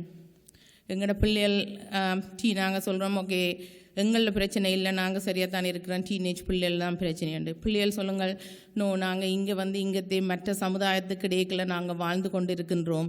மற்றவர்களோட peer pressure இருக்குது எங்களுக்கு. நாங்கள் வித்தியாசமாக அவர்களை மாதிரி உடுப்பு போட முடியாது, அவர்களை மாதிரி வெளுக்கிட்டு போக இயலாது, படத்துக்கு போக இயலாது, பாய் ஃப்ரெண்ட் வச்சிருக்க இயலாது, அங்கே போகலாம் இங்கே போக இயலாது, அப்படி நிறைய. அப்போ நாங்கள் அம்மா அப்பா சொல்ல கேட்டு அப்படி இருக்கிறதா, அல்லது அம்மா என்ன சொல்லில்லாமல் என் ஃப்ரெண்ட்ஸ் மாதிரி நான் அப்படி போய் இப்படி வந்து அப்படி என்று சொல்லி ரெண்டுக்கும் இடையேக்குள்ள ஈடுபட்டு நாங்கள் ஒரு வித்தியாசமான ஒரு ஜெனரேஷன் கேப்புக்குள்ளே அதுக்குள்ளே இருக்கிறார்கள் பிள்ளைகள். நாங்கள் பேரண்ட்ஸ் எங்களோட மனநிலையையும் அதே நேரத்தில் பிள்ளைகள மனோநிலையையும் ஒரு ஓப்பன் டோக் மூலம் பிள்ளைகளுக்கு சில சுதந்திரங்களை கொடுத்து, அதே நேரத்தில் நாங்கள் சில அட்வைஸுகளை சரியான டைரெக்ஷனில் நாங்கள் காட்டுறதால இந்த சில டீனேஜ் ப்ராப்ளத்துலேருந்து நாங்கள் விடுவிக்க முடியும். Substance abuse. உங்களுக்கு தெரியும், சப்ஸ்டன்ஸ் அபியூஸ் இந்த டீனேஜர்ஸ் கிட்ட நிறைய இருக்கின்றது. அது இப்போ அவர்களுடைய சேர்க்கையால் இருக்கலாம். ஆனால் எங்களுக்கு தெரியாது இப்போ என்ன கணக்கு அதிகமான பேரண்ட்ஸுக்கு அவன் பிள்ளைகள் நிறைய சப்ஸ்டன்ஸ் பாவிக்கிறதையே தெரியாத நிலை இருக்கின்றது. ஏன்னா ஓப்பன் கம்யூனிகேஷன் இல்லை. பிள்ளைக்கு பயமா பேரண்ட்ஸ்கிட்ட சொல்கிறதுக்கு, பேரண்ட்ஸுக்கு நேரம் இல்லை, வேலை வேலை வேலை அன்பேந்து திருப்பி ஃபங்க்ஷன்ஸ் அப்படி இப்படின்னு நிறைய எல்லாரும் ஒரு பிஸி லைஃப்பில் போகுது. அந்த பிஸி லைஃபுக்குள்ளே நாங்கள் குடும்பங்களுக்கு இடையேக்குள்ள பரந்துறவு, ஒரு குறிப்பிட்ட ஒரு பரிமாற்றம், ஒரு அன்பு பராமரிப்பு என்றது எல்லாத்தையும் மறந்து போகின்றோம், எங்களுக்கு இழந்து போகின்றோம். டீனேஜர்ஸுக்கிட்ட நிறைய ட்ரக்ஸ் மட்டும் இல்லை, ஆல்கஹால் பியர் அண்ட் இல்லை, ஒரு கொட்லிக்கர்ஸ், நிறைய ட்ரக்ஸ் அதுகள் எல்லாம் இருக்கின்றது. இதுகளெல்லாம் எங்கே போய் முடிய போன்றது, எப்படி நாங்கள் இதுகளை சமாளிக்கிறது. அத்துடன் டே ரேப் ட்ரக்ஸ் ஆல்சோ இருக்கின்றது. எங்களோட கம்யூனிட்டிக்கு மட்டுமண்டில்லை, இது எல்லா கம்யூனிட்டிகளையும் இருக்கின்றது.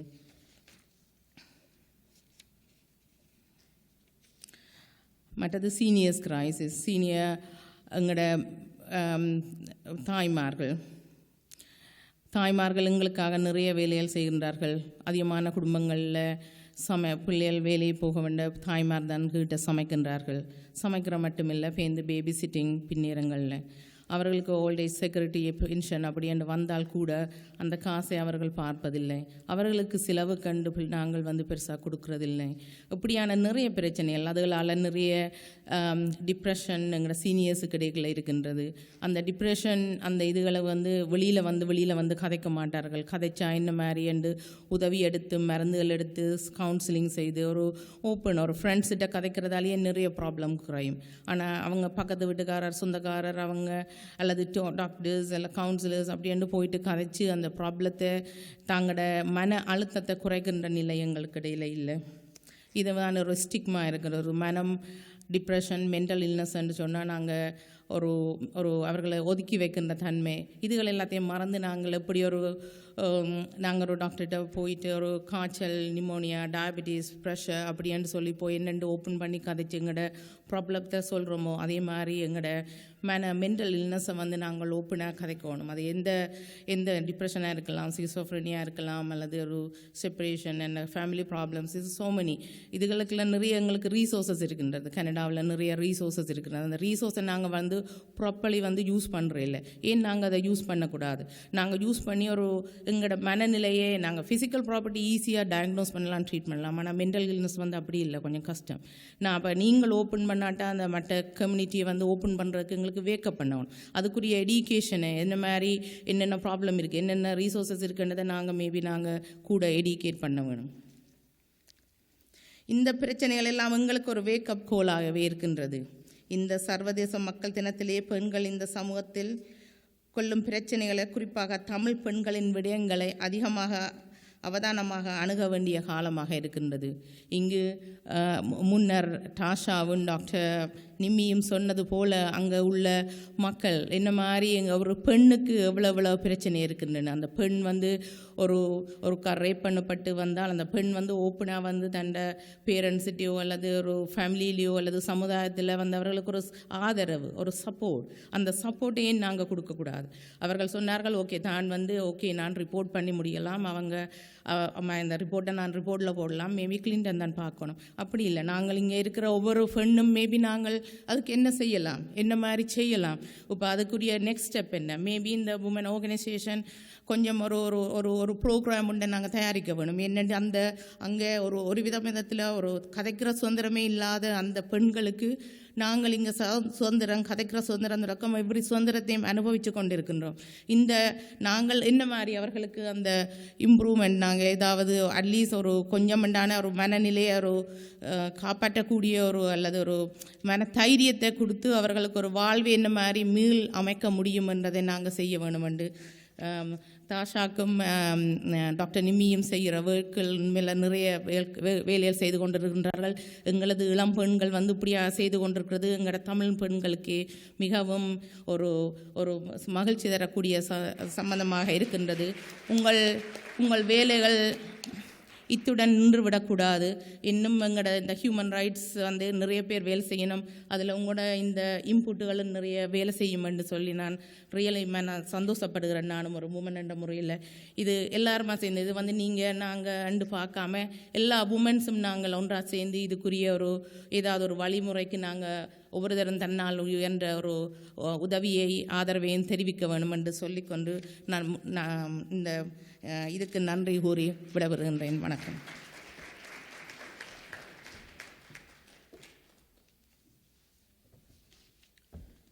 Thank you very much, Dr. Rajesh. We really appreciate your words, and I think there's something that's very much overarching in what our speakers today have said.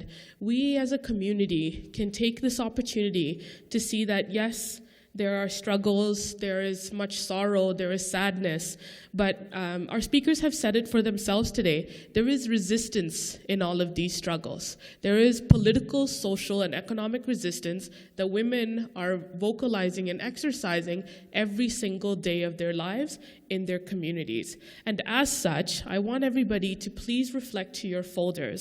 There is a resolution that the CTWDO is looking to push forward to the United Nations panel that's going to be meeting in March.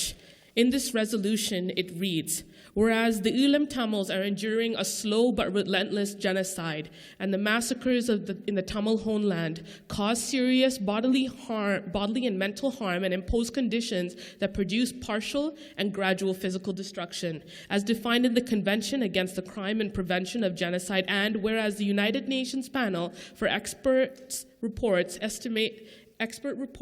estimate that at least 70,000 Tamil civilians were killed during the last stages of the war, the UN panel report finds the government guilty of shelling hospitals, food distribution lines, religious sites, and government-declared no-fire zones amounting to war crimes and crimes against humanity. And whereas the Sri Lankan state's armed occupation, dovetailed with the state-sanctioned Sinhalese settlements, will dismantle the national existence of the Tamils and destroy the territorial integrity of the Tamil homeland, Tamil Ulam. And whereas the 11 judges of the Rome-based Permanent People's Tribunal on Sri Lanka, former UN officials, experts of international law, human rights, and peace activists, found Sri Lanka guilty of genocide, the tribunal established that both the US and the UK were complicit in the genocide. And whereas Tamilnet documents the cases of former LTT female fighters systematically raped by Sri Lankan occupation, nevertheless, not a single Sri Lankan soldier has been brought to a Sri Lankan court of law.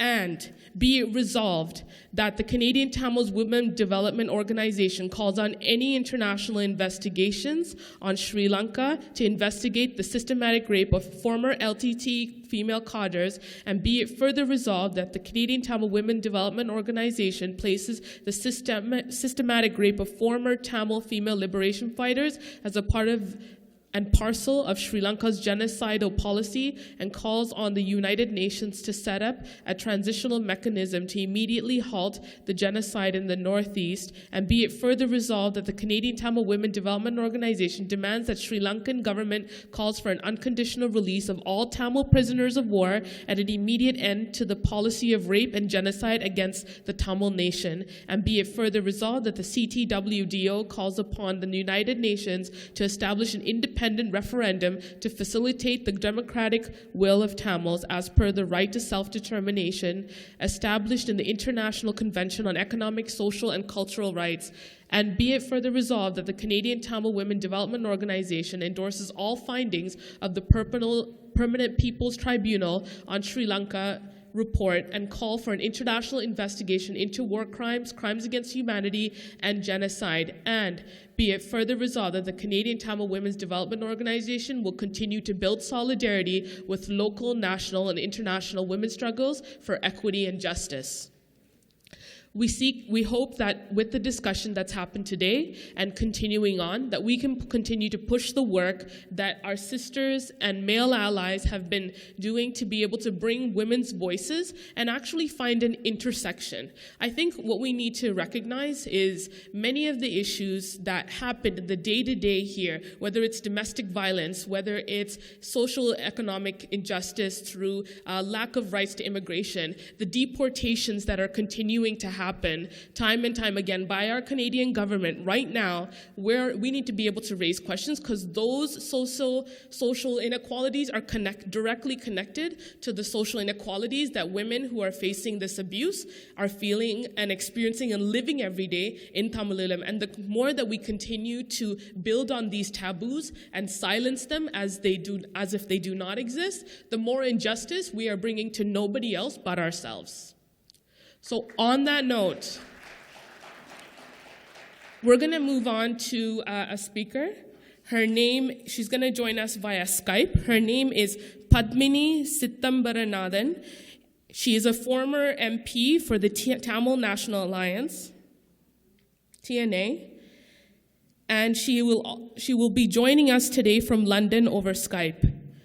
She represented Tamils in Parliament for 6 years and is now a leading member of the Tamil National People's Front.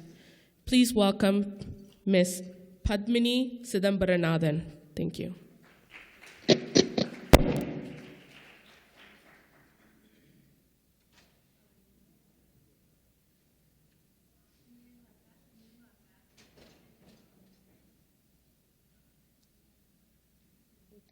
To invite on behalf of for my and express clearly, I want to speak but in between use English also. Tamil women, various forms, but they were seriously affected by the genocide war. First of all, I want to tell about the background of the women in North and East. More than 90,000 women-headed households in North and East.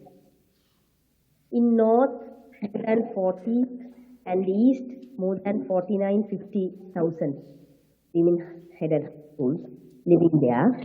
Most of them are mothers between 16 to 35 years. They have more than 2 children. Still, they didn't know about their husbands after the war. Now, past. This will affect their remarriage of their future.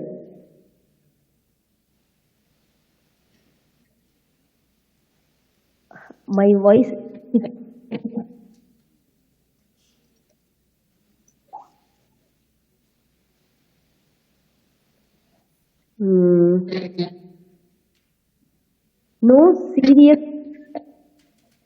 No security in their lives.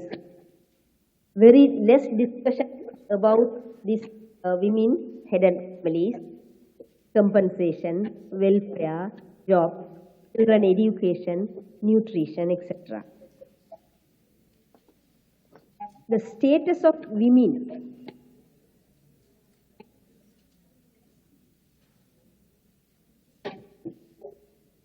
They are freezed with fear of harm, fear of others. They are living full of stress because they don't have the opportunity to share their sorrows. When they feel deep sorrow, they can't cry in front of their children. Some women having mental illness also. Fear of others, I want to express a little bit deeper.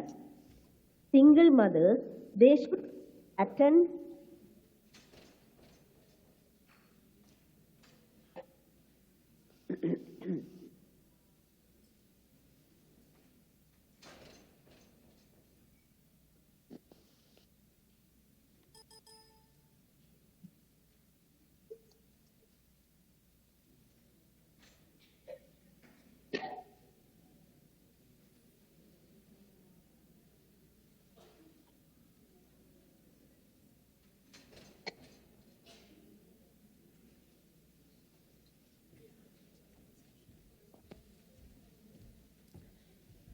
We sincerely apologize. We're having technical difficulties. However, at this time, keeping in mind the work that and the words that have already been shared with us, we would like to invite Tasha Manoranjan back into the room, and if folks could please take to the mics to raise any questions regarding the issues that have been spoken about. And once again, we will be maintaining gender parity in this process. But please feel free to come to the mic, and ideally if you could please speak in English as well as Tamil so that all our participants can understand what you're saying. Thank you very much.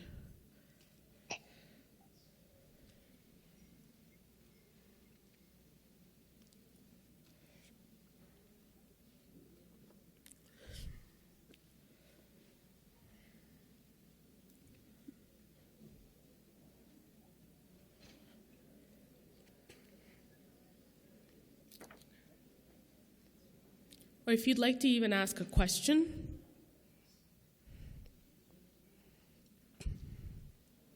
No question is too simple. Feel free to speak. It's okay. We're all sisters in here. Okay. A few seconds.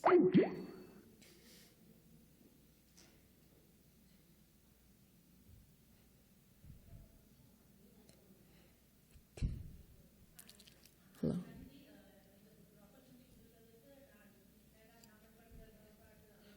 One moment. Sorry, Mike Vela Sedala.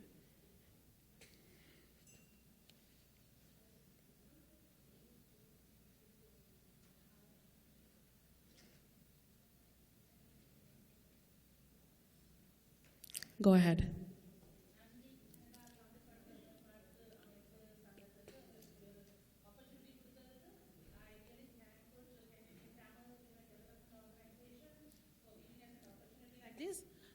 and we are from Tamil Cultural and Academic Society of Durham, and we are very glad that we are here. Tamil Kalachara Ariviyal Sangathilirundhu naanga ellarum vandanaanga enda it's the first time that this is happening, so we are very glad that we are participating. My one question, and not a question but it's a suggestion, directly to the Doctors Association, because they have big voice, they can do it. We have spoken about many problems, issues and all these, whatever you said, all these speakers, but now we have to get some solutions out there. Number one, here, especially in Canada, I like a doctor to suggest something like 1-800 number that anybody can call. And I also suggest that to Kavita other day. Kavithaku sonna that 1-800 number irundha and avave or naal sonna enna the senior or all call panni kittatta 1 hour they spend on telephone complaining about their lifestyle. So நாங்கள் இங்க இருக்கிற மக்கள் நாங்கள் கொஞ்சம் doctor சொன்ன மாதிரி மன அழுத்தம் இல்லாமல் நல்ல வடிவாக இங்கே நாங்கள் வாழ்ந்தாதான் அங்கே இருக்கிற ஆட்களுக்கும் ஹெல்ப் பண்ணலாம். இங்கேயே எங்களோட தமிழ் பெண்கள் தமிழ் மக்கள் கணக்க பிரச்சனையை நாங்கள் ஃபேஸ் பண்ணி கொண்டிருக்கிறோம். ஸோ டாக்டர் மாதிரியான ஆக்கள் வந்து இப்படி 1-800 நம்பரை கொடுத்தினோம்டா என் அவைகளுக்கு நல்ல சப்போர்ட் இருக்குது. கொடுத்துனோம்டா சின்ன சின்ன அசோசியேஷன்ஸ் லைக் எங்களோட டகத்தில் இருக்கிற அசோசியேஷன் 2 அசோசியேஷன் இருக்குது. அது மாதிரி இப்படி உங்களோட மற்ற அசோசியேஷன்ஸ் எல்லாம் ஒன்றா சேர்ந்து they can take a turn. ஒரே ஆளே பிரச்சனையில கேட்டுக்கொண்டிருக்கீங்களா, அது that's too much for them. It's a stressful thing that to hear someone's problem. But if everybody can share அந்த மன அழுத்தம், depression and like whatever we go through daily lives, people can help each other. நாங்கள் எங்களை ஆக்களை motivate பண்ணி இந்த ப்ராப்ளத்திலிருந்து கன பேர் வெளியால் வந்தால் அங்கே இருக்கிற மக்களுக்கும் எங்களுக்கு அதை ஹெல்ப் பண்ணக்கூடியதாக இருக்குமென்னு நான் நினைக்கிறேன். இது எந்த தாழ்மையான ஒரு suggestion. It's but I am directly giving to the doctor because they are very much experienced and they have handled many people like that. So maybe doctor has to come forward for this answer. Thank you.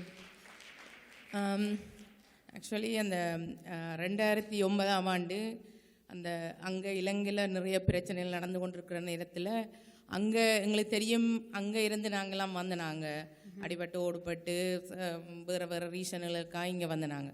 அப்போ அங்கே problem நடக்கிற ஒவ்வொன்றும் இங்கே இருக்கிற தமிழ் ஒவ்வொரு ஃபேமிலியையும் affect பண்ணும். எங்களோட சகோதரங்கள், எங்களோட ஃபேமிலி, எங்களோட மச்சாள், மாமன், பெரியம்மா, பெரியப்பா, ஒவ்வொரு குடும்பங்கள், நண்பர்கள், எல்லோரும் ஊரவர் அப்படியான். அதால் வந்து நாங்கள் அங்கே பிரச்சனை நடந்து கொண்டிருக்கேக்க இங்கே வந்து நிறைய ஒரு 5-6 தரம் டிவி மூலம், பேப்பர் மூலம் இப்படி நாங்கள் ஒரு கருத்தரங்குகளை வச்சுருந்தாங்க.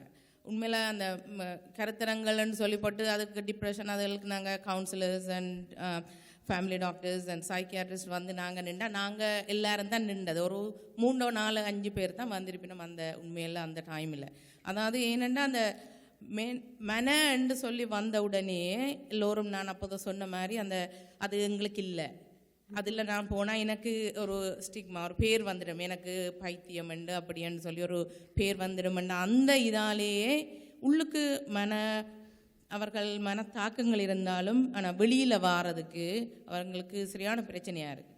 அதுதான் நாங்கள் எப்போ ஓப்பன் பண்ணுறோமோ, okay mental health is very very important, இது எங்களோட ஃபிசிக்கலை விட இது வெரி இம்பார்ட்டன்ட், இது வந்து எல்லாரையும் சாதிக்குமெண்டு எப்போ நினைக்கணுமோ அப்போ தான் எங்களுக்கு இது. நாங்கள் இப்போ திருப்பி யோசிச்சு கொண்டிருக்கிறோம். இப்போ எங்களோட ஆர்கனைசேஷனுக்கு நாங்கள் இவ்வளோ காலம் நாங்கள் ஃபண்ட் பண்ணி வேறு ஆக்களுக்கு தான் கொடுத்து கொண்டு இருந்தது.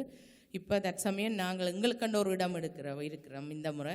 இப்போ இடம் எடுத்து முதலாவது நாங்கள் செய்ய யோசித்தது ஒரு வெல்னஸ் சென்டர் ஒன்று போடுறது. இப்போ மென்டல் அல்லது டிப்ரெஷன் அப்படின்னு சொன்னால் ஆக்கள் வர போகிறதில்ல. ஸோ நீங்கள் சொன்ன மாதிரி நாங்கள் வாரம் எல்லோரும் வாங்குவோம், எல்லோரும் சேர்ந்து செய்வோம். Thanks. Thank you very much. Thank you so much. Yep, go ahead. எனது பேர் விஜய் ஆண்டனி. நான் ஒரு family mediator and community service provider. நான் வந்து என்னுடைய அன்றாடம் வாழ்க்கையில் நிறைய மன பிரச்சனைகள், குடும்ப பிரச்சனைகளோடு இருக்கும் பெண்களுடன் ஆண்களுடனும் நான் செயல்படுறேன். நான் என்னை பொறுத்தவரையில் எங்களுக்கு அந்த ஃபண்டிங் ஒன்றும் எங்களுக்கு நாங்கள் தனிப்பட்ட முறையில் எங்களுக்கு கிடைப்பதில்லை.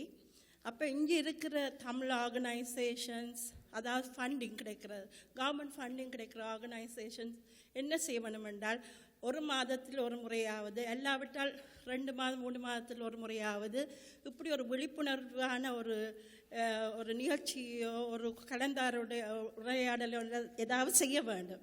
அப்படி செய்தால் மக்கள் முன் வந்து கதைப்பார்கள். நாங்கள் ரேடியோ ஷோ எல்லாம் நான் செய்ய போயிருக்கிறேன், நிறைய ரேடியோ ஷோ எல்லாம் செய்திருக்கின்றேன்.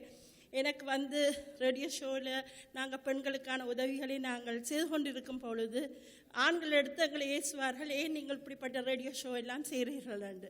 அப்போ எங்களுக்கு நாங்கள் ஒரு விழிப்புணர்ச்சியை உருவாக்கும் பொழுது பெண்களோட பங்குகள் மாத்திரமல்ல ஆண்களோட பங்குகளும் அதில் இருக்க வேணும்னு நாங்கள் தாயவாக கேட்டுக்கொள்கின்றேன். இன்றைக்கு நீங்கள் எல்லாரும், இன்றைக்கு என்னுடைய ஹஸ்பண்ட் கட்டாயம் நான் கூட்டிக் கொண்டு வந்திருக்கணும். அவர் நாடு கடந்த அரசாங்கத்தில் இருக்கிறதால் அவர் இன்னொரு மீட்டிங்கில் இருக்கிறார். ஆனால் நிச்சயமாக அடுத்த முறை வரும் பொழுது நீங்கள் எல்லா பெண்மணிகளும் உங்கள் கணவன்மாரை கட்டாயமாக கூட்டிக் கொண்டு வர வேண்டும். அப்பொழுதுதான் எங்களுடைய பலமாக இருக்கும். ஒரு பெண்ணால் செய்வது, எப்போதும் ஆண்கள் கூறுவார்கள் தங்களோட எல்லா பெருமைக்கும் பின்னால் ஒரு பெண் இருக்கின்றாள் என்ற மாதிரி, எங்களோட பெருமைகளுக்கு பின்னாலும் ஆண்கள் இருக்கிறார்கள் என்று நாங்களும் காட்ட வேண்டும். அப்பொழுது 2 பேரும் ஈக்குவலாக இருந்தால் தான் இதையும் சாதிக்கலாம். எந்த நாட்டிலையும் சரி, எந்த சமுதாயத்திலையும் சரி, ஆணுக்கு பெண் சரி சமமாக நாங்கள் நடந்து சென்றால் தான் அதை சாதிக்கலாம். அப்போ அதை நாங்கள் முதலாவது எங்களோட பெண்களிடம் நாங்கள் இன்றைக்கு செய்கிற இந்த ஒரு விழிப்பு நிகழ்ச்சி இதைத்தான் முன்னுக்கு எடுத்து செல்ல வேண்டும். நாங்கள் யுஎன்எல்ல போய் எங்களோட தமிழ் பெண்களுக்காக கதைக்கும் பொழுது நான் மாத்திரம் கதைத்து பிரயோசனம் இல்லை, எனக்கு பின்னாலும் எல்லா வகையான கூட்டமும் பெற வேண்டும். அப்பொழுதுதான் எனக்கு அதுக்கான ஒரு விடை கிடைக்கும். நான் ரியலி அட்மையர் பண்ணுறேன் எங்களுடைய இளம் சமுதாயத்தினர் இவ்வளவு ஊக்கமாக செயல்படுவதையிட்டு நான் எங்களுடைய பிள்ளைகளும் அடுத்த முறை இதில் எல்லாம் பங்கு பெற வேண்டும்னு நான் மிகவும் எதிர்பார்க்கின்றேன். நிச்சயமாக எனக்கு இன்றைக்கு ஒரு நல்ல என் பிள்ளைகளை அடுத்த முறை நான் கட்டாயம் கூட்டிக் கொண்டு வருவதற்கு. அப்போ நீங்கள் அடுத்த முறை எல்லாரும் உங்களோட ஹஸ்பண்ட் மேலே கூட்டிக் கொண்டு வரணும்னு தாயவுடன் கேட்டுக்கொள்கிறேன். நன்றி. Thank you so much. Okay, so we're just going to go back to our speaker. We have a speaker. நாங்கள் continue பண்ணுவோம் in the discussion. Speaker Padmini Akka, she will be on the phone with us. Akka?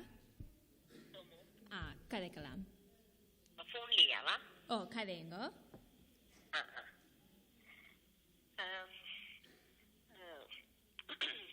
Thank you for inviting me. என்னை அழைத்ததுக்காக நன்றி. வடக்கு கிழக்கு தமிழ் பெண்கள் சார்பில் நன்றி சொல்றேன். எங்களுடைய பேக்ரவுண்டை பற்றி சொன்னால் வடக்கு கிழக்கில் 89,000-90,000 கணவனை இழந்த பெண்கள் இருக்கிறார்கள். அதுல வடக்கில 40,000, கிழக்கில 49,000-50,000 பெண்கள் இருக்கிறோம். இவர்கள பெரும்பாலானோர் இளம் தாய்மார், 16-35 வயதுடைய ஆட்கள். இவர்கள பெரும்பாலானோருக்கு 2க்கு மேற்பட்ட குழந்தைகள். பெண் தலைமை குடும்பங்களுக்கு நட்டஈடு கொடுக்கிறது பற்றியோ, வெல்ஃபேர் பற்றியோ, அவைந்த தொழில் பற்றியோ, அவைந்த பிள்ளைகள கல்வி பற்றியோ, அவைந்த போஷாக்கு பற்றியோ உரையாடல்கள் குறைவாகத்தான் இருக்குது.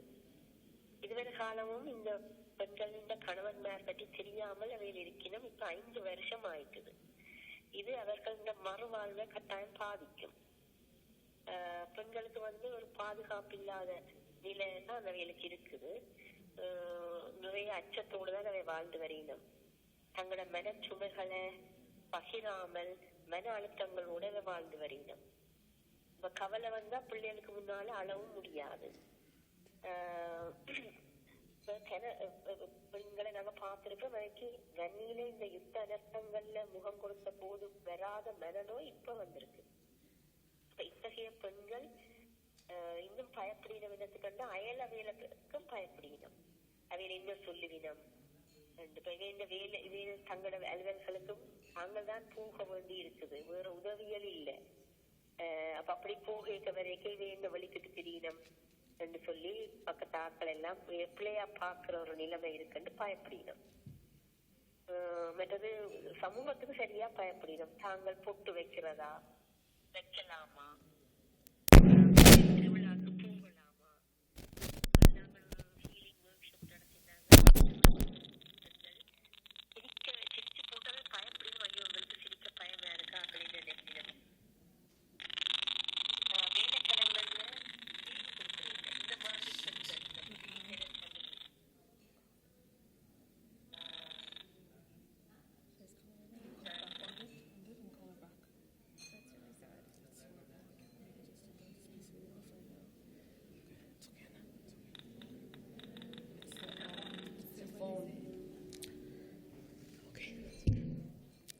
Okay. So I think what we'll do is for the remainder of the program, we're gonna just rearrange the schedule, okay? And we'll continue with opening the floor because I know that people were wanting to come up and speak, so we'll continue to do that.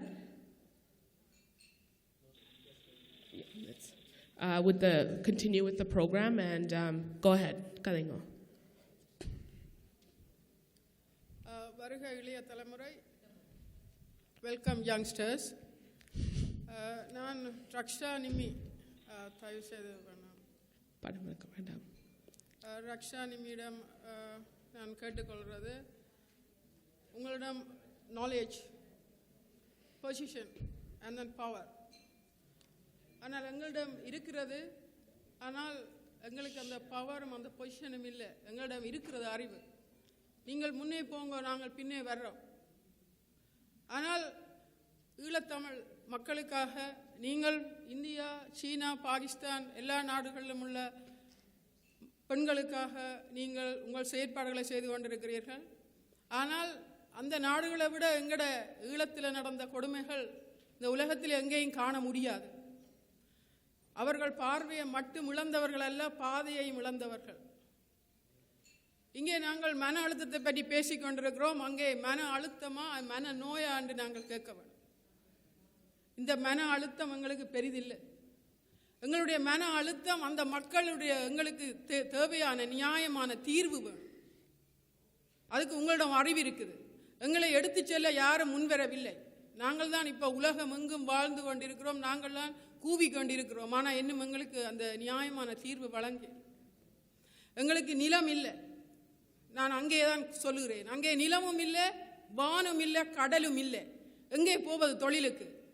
எத்தனை ஆயிரம் பெண்கள் அங்கே இருக்கிறார்கள். இங்கே இருந்து அனுப்புகின்ற அந்த ஆதாரத்தோடு அவர்களுடைய வாழ்வின் ஆதாரம் செல்லா.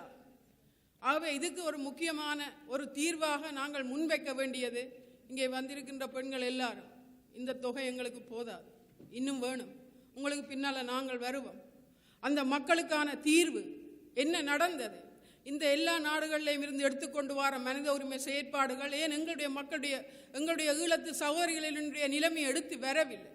இதுக்கு உங்களை போன்றவர்கள் தான் கேட்க வேண்டிய நியாயமான கேள்வி. நீங்கள் கேளுங்கள், நாங்கள் பின்னே வருகிறோம். இதை நான் உங்களிடம் கேட்டுக்கொள்கின்றேன். ஏனென்று சொன்னால் அங்கே விடுதலை இயக்கம் என்று நீங்கள் குறிப்பிட்டிருந்தீர்கள்.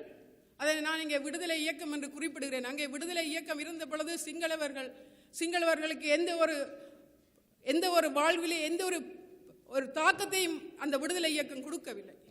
அந்த விடுதலை இயக்கம் இருந்த பொழுது எங்களுடைய பெண்கள் நடந்துதான் போனார்கள், இரவிலே நடமாடினார்கள். எந்த சந்தேகமோ எந்த பயமோ இல்லாமல் நடந்தார்கள். ஆனால் அவர்கள் இன்று மௌனித்திருக்கிற பொழுது எங்களுடைய பெண்கள் இவ்வளவு தூரம் நிர்வாணமாக்கப்பட்டு புதைக்கப்பட்டவர்கள். அதை நீங்கள் கருத்தில் எடுக்க வேண்டும். நாங்கள் இன்றைக்கு உலக நாடுகளில் எந்த இடத்துல நடந்தாலும் நாங்கள் அவர்களுக்காக முன்னுக்கு நிற்கிறோம், எங்களால் முயன்றதை செய்கிறோம். ஆனால் இந்த உலக அமைப்புகள் எங்களுடைய இனத்தினுடைய எங்களுடைய சகோதரிகளுடைய நிலைப்பாட்டை எடுத்து வரவில்லை. இதற்கு நீங்கள் உங்களுடைய குரலை, அதாவது பெண்களுடைய குரலை நீங்கள் உயர்த்த வேண்டும். அதுதான் இங்கே வைக்கப்படுகின்ற என்னுடைய ஆதங்கமான விடயமும் உங்களோட நான் கேட்டுக்கொள்கிற விடயமும். மற்றது இங்கே கூறப்படுகின்ற மன அழுத்தம், அது நான் இங்கே சொல்ல வேண்டியது என்ன சொன்னால், ஒரு ஆணும் பெண்ணும் முதல்ல குடும்பத்தில் ஒரு ஆணும் பெண்ணும், ஆண் ஒரு சோபாவிலையும் பெண் ஒரு சோபாவிலையும் இருந்து கொண்டு ஒரு கவுன்சிலரை கூப்பிடுங்க. அது உங்கள் வைத்தியராக இருக்கட்டும் அல்லது ஒரு லோயராக இருக்கட்டும், கூப்பிட்டு வச்சு ஆண் சொல்லட்டும் பெண்ணினுடைய குறைகளை அந்த கவுன்சிலருக்கு, பெண் சொல்லட்டும் அந்த ஆணினுடைய குறைகளை. அப்போ இருவரும் அங்கே கேட்கிறார்கள், இருவரும் தர்க்கப்படுகிறார்கள். என்னில இவ்வளவு குறை இருக்கிறது, என்னில இவ்வளவு குறை இருக்கிறது. அதற்கு பின்பாடு ரெண்டு பேரும் தங்களுடைய குறை இதுதான் என்னுடைய குறை என்று சொல்லி அவர்கள் அடுத்த நாள் பாருங்க ரெண்டு பேரும் மனம் விட்டு கதைப்பார்கள். என்னிலும் குறை இருக்கிறது, அவர்களும் குறை இருக்கிறது. அடுத்த நாள் அந்த கவுன்சிலர் போனதை பிற்பாடு அவர்கள் ஒற்றுமையாக வருவார்கள். இதை நான் என்னுடைய வாழ்க்கையிலேயும் நான் சாதித்ததுண்டு. எங்களுக்குள்ள இருக்கிற பிரச்சனை வெளிப்படையாக சொல்றேன். இங்கே 95% பெண்கள் எல்லாரும் மன அழுத்தம், வேலை அன்று தொட்டு நாங்கள் இன்று வரை வேலை செய்து கொண்டு தான் இருக்கிறோம். காலையில் எழும்புகிறோம், வீடு வாசல் கூட்டுகிறோம், சமைக்கிறோம், வேலைக்கு போகிறோம், பிள்ளையை பிடிக்கிறோம், வீட்டை வருகிறோம், இரவு பின்னேறம் செய்கிறோம். நேரத்துக்கு ஏற்ற மாதிரி தான் எங்களுடைய பெண்கள் செய்கிறார்கள். அவர்களுக்கு மன அழுத்தம் என்பது அங்குள்ள பிரச்சனை தான். அந்த பிரச்சனையை 2 சோபாவுக்கு நடுவிலேயே நீங்கள் தீர்த்து கொண்டால் இந்த பிரச்சனை வராது. இதை சொல்லி நான் விட வருகிறேன். நன்றி. நன்றி.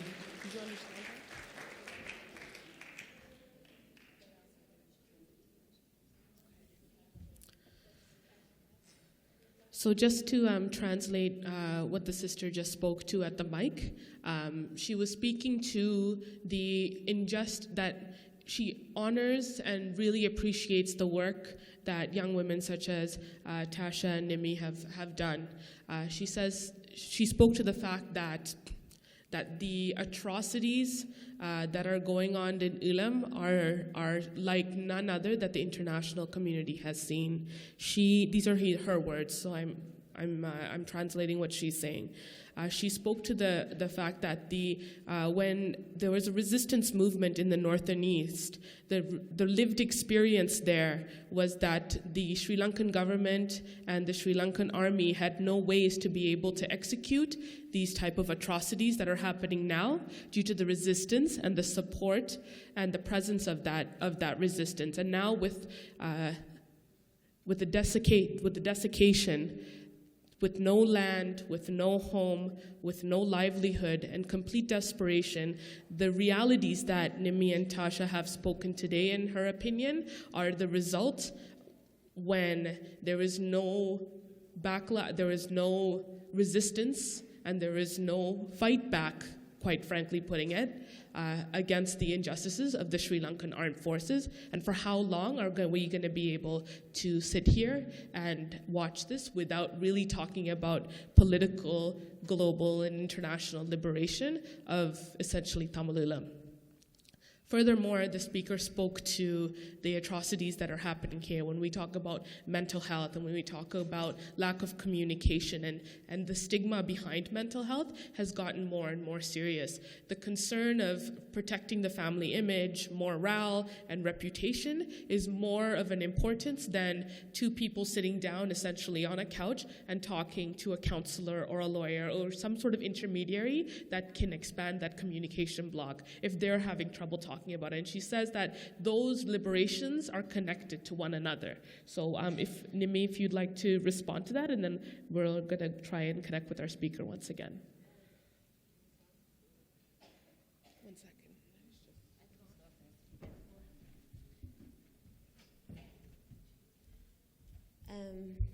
Yeah, I think it's an important point. Obviously, what's happening right now is very urgent, the situation of women, because there is no protection. The one thing I would say is that we have the ability now that we have gone into the diaspora, we have been educated in Western liberal countries, and we have an ability to frame our struggle in a new way, but to do it on our own terms. So what that means is instead of sending money to do the sewing machines for women, a lot of these programs that we're funding them to do, I went around and saw all the projects, they're not going to make any money off of them. They're making these tiny little baby clothes or tablecloths that take them 3 days to make, and the material itself costs 800 rupees. They're charging 1,500 rupees. Outside of the fact that nobody has money to buy this, the general sort of cost supply, there's no analysis, right? Essentially what we're doing right now is we're keeping women busy. We're giving them sewing machines and chickens and cows so that they're staying busy. But that is not what the money should be going to. If you're going to start resisting, you have to put money into rebuilding the organizations in the North and East. There were women's organizations, there were strong organizations that centered women that were able to create a struggle on their own terms, not under any movement, not under, a patriarchal system, but on their own terms. So that's something that people in the West, the women in the West, can help the women in the North and East do, to start these organizations on their own, to bring back that space. And we have one thing going for us, in that people don't take women in Sri Lanka very seriously. So the Sri Lankan government is not going to look at women mobilizing as a threat. They're not going to see that as something they should shut down. So this gives us the opportunity to use that stereotype and to build up these women's organizations. But it is possible, and they're ready for it now. It really just requires, and it's not the Western notion of empowerment or capacity building, because they already have the power, they already have the capacity. They need a little bit of money from us to start these organizations, and that's about it. So what I would say is, yes, we should be a part of the resistance now, but do it on our own terms, in a way that could be successful in Sri Lanka. And it's not going to require all that much, just a shift in how we think about it. நாங்க பெண்கள் செய்யக்குள்ள எங்களோட ஆம்பளையாலும் சேர்ந்து செய்தால் தான் எங்களுக்கு பெரும் சக்தியாக தான் இருக்கும். So I feel that it's very important as women activists to join and be supported by our male compatriots, because that's really when we can showcase the strength of our community as equal partners. Just, I go to a lot of women's conferences, and sometimes it turns into sort of just bashing men, and that's not at all the approach I think that people have tried to take here, which is good. For me, I can say the Tamil community, the men have been the ones who supported me from the beginning. They're the ones who gave the funding. They're the ones who talked to me about the politics. They're the ones who, gave me the political sort of knowledge that I needed to know. So the men in our community have been very supportive of me, and I'm very grateful for that. I just want that space to be much broader for all Tamil women. And, for the younger generation that's getting married, it's a new generation. It's entirely possible. Those marriages are going to look very different because the young men in our generation are not the same as the generation before. So I do want to say I'm very grateful for the support of Tamil men. It's just, it's just a shift in thinking, and I think that we're starting to talk about it, which is important. Thank you very much. I think pointing out that many Canadian members of parliament and other non-Tamils have recognized what happened was genocide is extremely significant and a valuable milestone for our community. I think that so many Tamils are afraid to say what happened is genocide really does a disservice to our struggle. And I think that even elected Tamil officials, such as the Tamil National Alliance, unfortunately suffers from this type of fear in calling what happened was genocide. So I think as members of the diaspora, as members of the Tamil community, we should feel confident in asserting that what happened was genocide and demand that elected Tamil officials do the same. Thank you. Good as Nirmala. I apologize. Tasha and Nimi, I want to say thank you. I am much older than you, and it gives me pleasure to listen to both of you, educated, articulate in how you present, and your delivery, and you both had facts. You're both struggling in where you're going, but you've come such a long way. So my question to both, Tasha, you started a litigation, a lawsuit. Unfortunately, you did not have enough individuals coming forward, which makes it difficult for you to proceed. How do you intend to mobilize individuals who have experienced the hardship, the domestic violence, whatever violence, however you want to classify it? How do you move to the next level? And with respect to you, Nimi, a safe place. We always talk about we need a safe place, but you're saying we don't have a safe place. How do we get to that level? What one or two things we as individuals that we need to sort of embrace and move forward? Because I have to tell you, I am running right now for a political office. And it is so difficult as a South Asian woman to mobilize and move forward because there's still the status quo. It's a man's area. Why am I trying to get in? So I need you to help me to see how we can move forward. So those are the two questions I have. Thank you.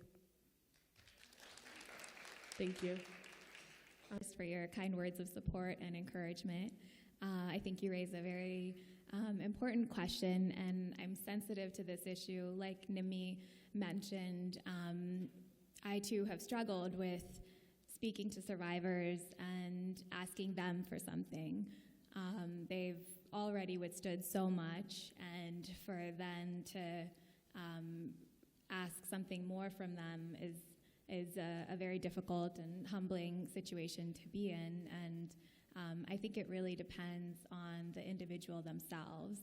I think some people really feel the urge to proactively seek justice in some sort of legal forum, and others find justice in continuing to live every day in another country and finding support through social structures or community mechanisms or community organizations or however it may be.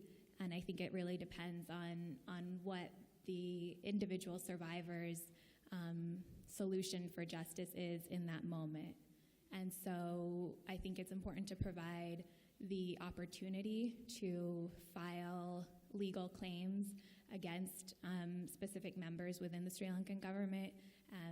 That's what a lot of my work has been focused on. But I think it's certainly equally important to provide a safe space as well for survivors to feel comfortable in pursuing whatever forms of redress they want to.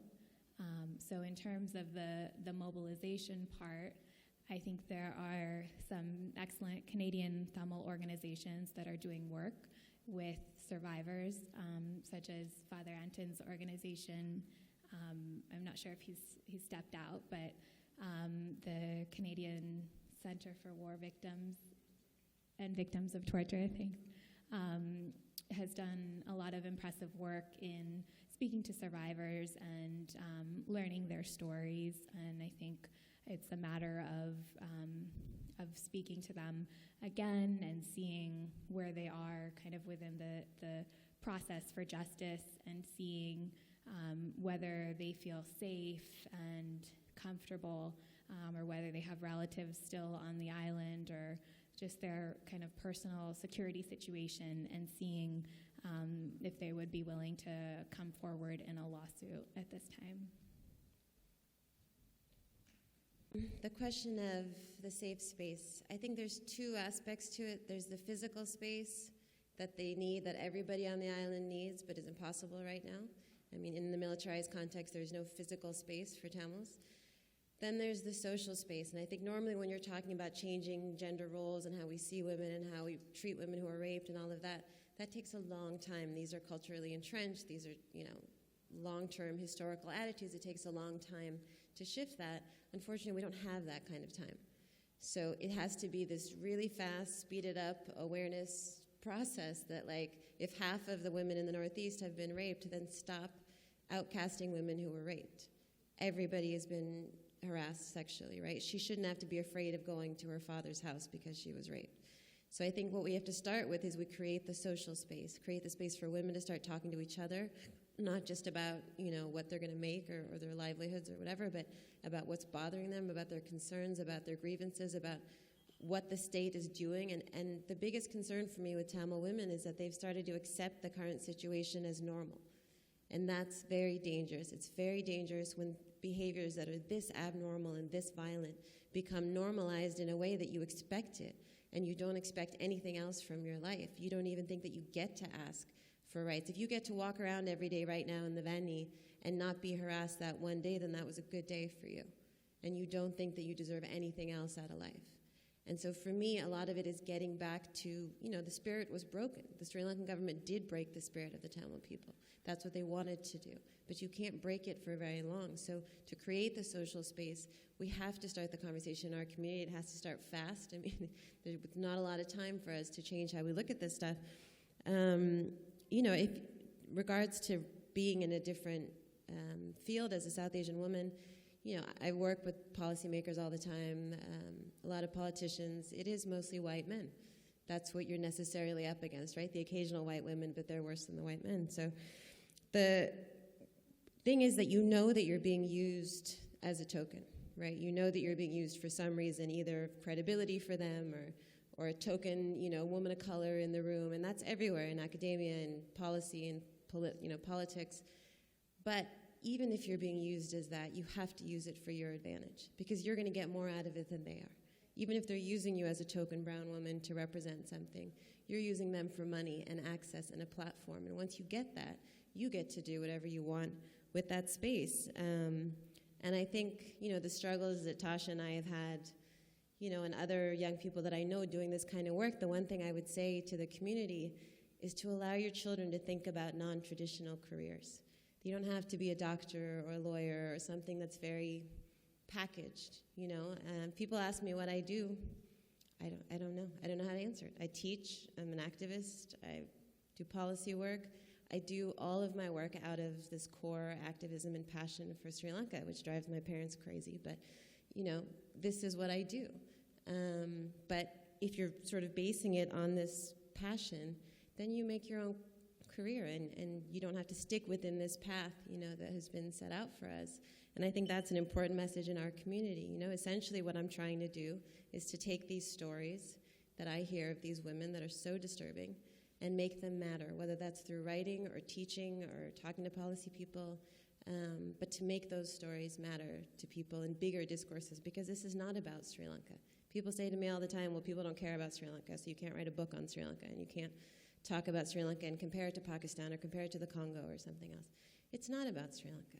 These stories are the stories about terrorism. They're stories about militarization. They're stories about state repression.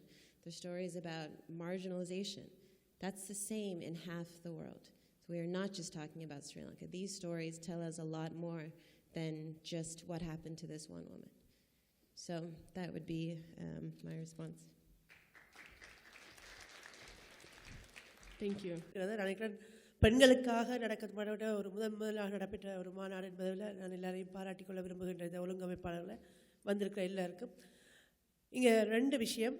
ஒன்று அருமையாக நான் சொன்னது போல் எங்களோட நாட்டில் தொடர்ச்சியாக நடந்தது not only the Mullivaikkal அது முதலிருந்து நடந்தது எல்லாமே ஒரு ஜெனசைட் அது என்றதும். மற்றது டேனிஸ் ஹாலிடே இங்கே வந்த பொழுது ஜெர்மன் தீர்ப்பாயத்தில் ஏற்கனவே சொல்லப்பட்டது போல் ஸ்டில் எங்களுடைய மண்ணில் வந்து நடந்து கொண்டிருக்கிறதும் ஒரு ஜெனசைட் என்றது. நாங்கள் முதலாக புலம்பெயர்ந்த ஈழத்தமிழ் பெண்களால் முழுக்க ஈழத்தமிழர்களுடைய இன அழிப்பு சார்ந்த விடயங்கள் பேசப்பட்ட முதல் மகாநாடாக இந்த மகாநாடை நான் பார்க்கின்றேன். அதற்கு கனடா தமிழ் பெண்கள் மேம்பாட்டு அமைப்புக்கு எனது மனமார்ந்த பாராட்டுக்களை தெரிவித்துக் கொள்கின்றேன். ஏனென்றால் நீங்கள் புலம்பெயர் ஈழத்தமிழர்களுக்கு ஒரு மற்ற நாடுகளில் இருக்கின்ற ஈழத்தமிழ் புலம்பெயர் பெண்களுக்கு ஒரு முன்னுதாரணமாக இருந்து செயற்பட்டு கொண்டிருக்கின்றீர்கள். அதற்கு என்னுடைய மனமார்ந்த வாழ்த்துக்கள். இரண்டாவதாக, நான் என்னுடைய சிற்றறிவில் ஒரு யுத்தம் நடைபெறுகின்ற பொழுது அந்த யுத்த மீறல்கள் ஐநாவினால் விதிக்கப்பட்ட யுத்த மீறல்கள் மீறுவது போர்க்குற்றம். மனித உரிமை மீறல் என்றால் ஒரு மனிதன் இருக்கின்றான், அவனுடைய உரிமைகளை பறிப்பது மனித உரிமை மீறல். ஆனால் அவனை கொலை செய்வது மனித உரிமை மீறல் இல்லை, அது கொலை. அந்த கொலையை திட்டமிட்டு ஒரு குழுமமாக மேற்கொள்ளுகின்ற பொழுது அது ஒரு இனப்படுகொலை. ஆகவே இலங்கை சுதந்திரம் அடைந்ததிலிருந்து ஈழத்தமிழர்களுக்கு இடம்பெற்றது இனப்படுகொலை என்பதிலே எந்த விதமான மாற்று கருத்தும் இல்லை. எந்த ஒரு நாட்டிலும் இனப்படுகொலை ஏற்படுகின்ற பொழுது அதிலே மிகவும் பாதிக்கப்படுவது பெண்களும் குழந்தைகளும். ஆகவே அந்த வகையிலே ஈழத்திலே இடம்பெற்ற இனப்படுகொலையில் மிகவும் பாதிக்கப்பட்ட பெண்கள் குழந்தைகள் சார்ந்த விடயங்களை இங்கிருக்கின்ற மாற்றின சமுதாயத்திற்கு உங்களைப் போன்ற இந்த அமைப்புகள் கொண்டு செல்ல வேண்டும். கனடாவை பொறுத்தளவிலே கனடாவிலே நாம் அரசியலிலே ஈடுபடுகின்ற பெண்களாக இருக்கட்டும், ஆண்களாக இருக்கட்டும், அரசியலில் ஈடுபடப் போகின்றோம் அல்லது இனி ஈடுபடுபவர்களாக இருந்தால் கூட, நீங்கள் சார்ந்த அமைப்புகள் சார்ந்ததாக இருந்தால் கூட, ஒரு இனப்படுகொலை நடந்ததை இனப்படுகொலை என்று கூறுவதிலே எந்த விதமான தவறும் இல்லை என்று நான் கருதுகின்றேன். ஆகவே கடந்த காலங்களிலே கனடிய தமிழர் தேசிய அவையினால் ஒரு விருந்தோம்பல் நிகழ்வு நடத்தப்பட்டிருந்தது. அதிலே அனைத்து கட்சி பாராளுமன்ற உறுப்பினர்களும் வெளிப்படையாக ஈழத்தில் இடம்பெற்றது இனப்படுகொலை என்பதை ஆணித்தரமாக கூறியிருக்கின்றார்கள். ஆகவே இங்கு இருக்கின்ற ஈழத்தமிழர்கள் சார்ந்த அமைப்புகள், நீங்கள் தொடர்ந்து இனப்படுகொலை என்பதைத்தான் தொடர்ந்து நாம் முன்னகர்த்த வேண்டுமே அன்றி வேறு போர்க்குற்றம், மனித உரிமை மீறல் என்று மீண்டும் 50-60 வருடங்கள் பின்னோக்கி செல்லக்கூடாது. தொடர்ந்து உங்களை போன்ற அமைப்புகளே நீங்கள் வெளிப்படையாக இறங்கி இனப்படுகொலை என்பதை வெளிப்படையாக கூறுகின்ற பொழுது, தெளிவாக மாற்றின சமுதாயத்தவர்களுக்கு கூறுகின்ற பொழுது, நிச்சயம் அந்த மக்களுக்கான விடுதலையும் கிடைக்கும் என்பதிலே அசையாத நம்பிக்கை கொண்டிருக்கின்றோம். ஆகவே தொடர்ந்து முன்னுதாரணமாக உலகத்திலே செயற்பட்ட கனடா தமிழ் பெண்கள் மேம்பாட்டு அமைப்பு தொடர்ந்து அரசியல் ரீதியான செயற்பாடுகள், மனித ரீதியான செயற்பாடுகளை மேற்கொள்ளுகின்ற பொழுது இனப்படுகொலை என்பதை ஆணித்தரமாக கூறுங்கள் என்று மீண்டும் கேட்டுக்கொண்டு விடைபெறுகின்றேன். நன்றி. So thank you so much on behalf of CTWDO, Nimi.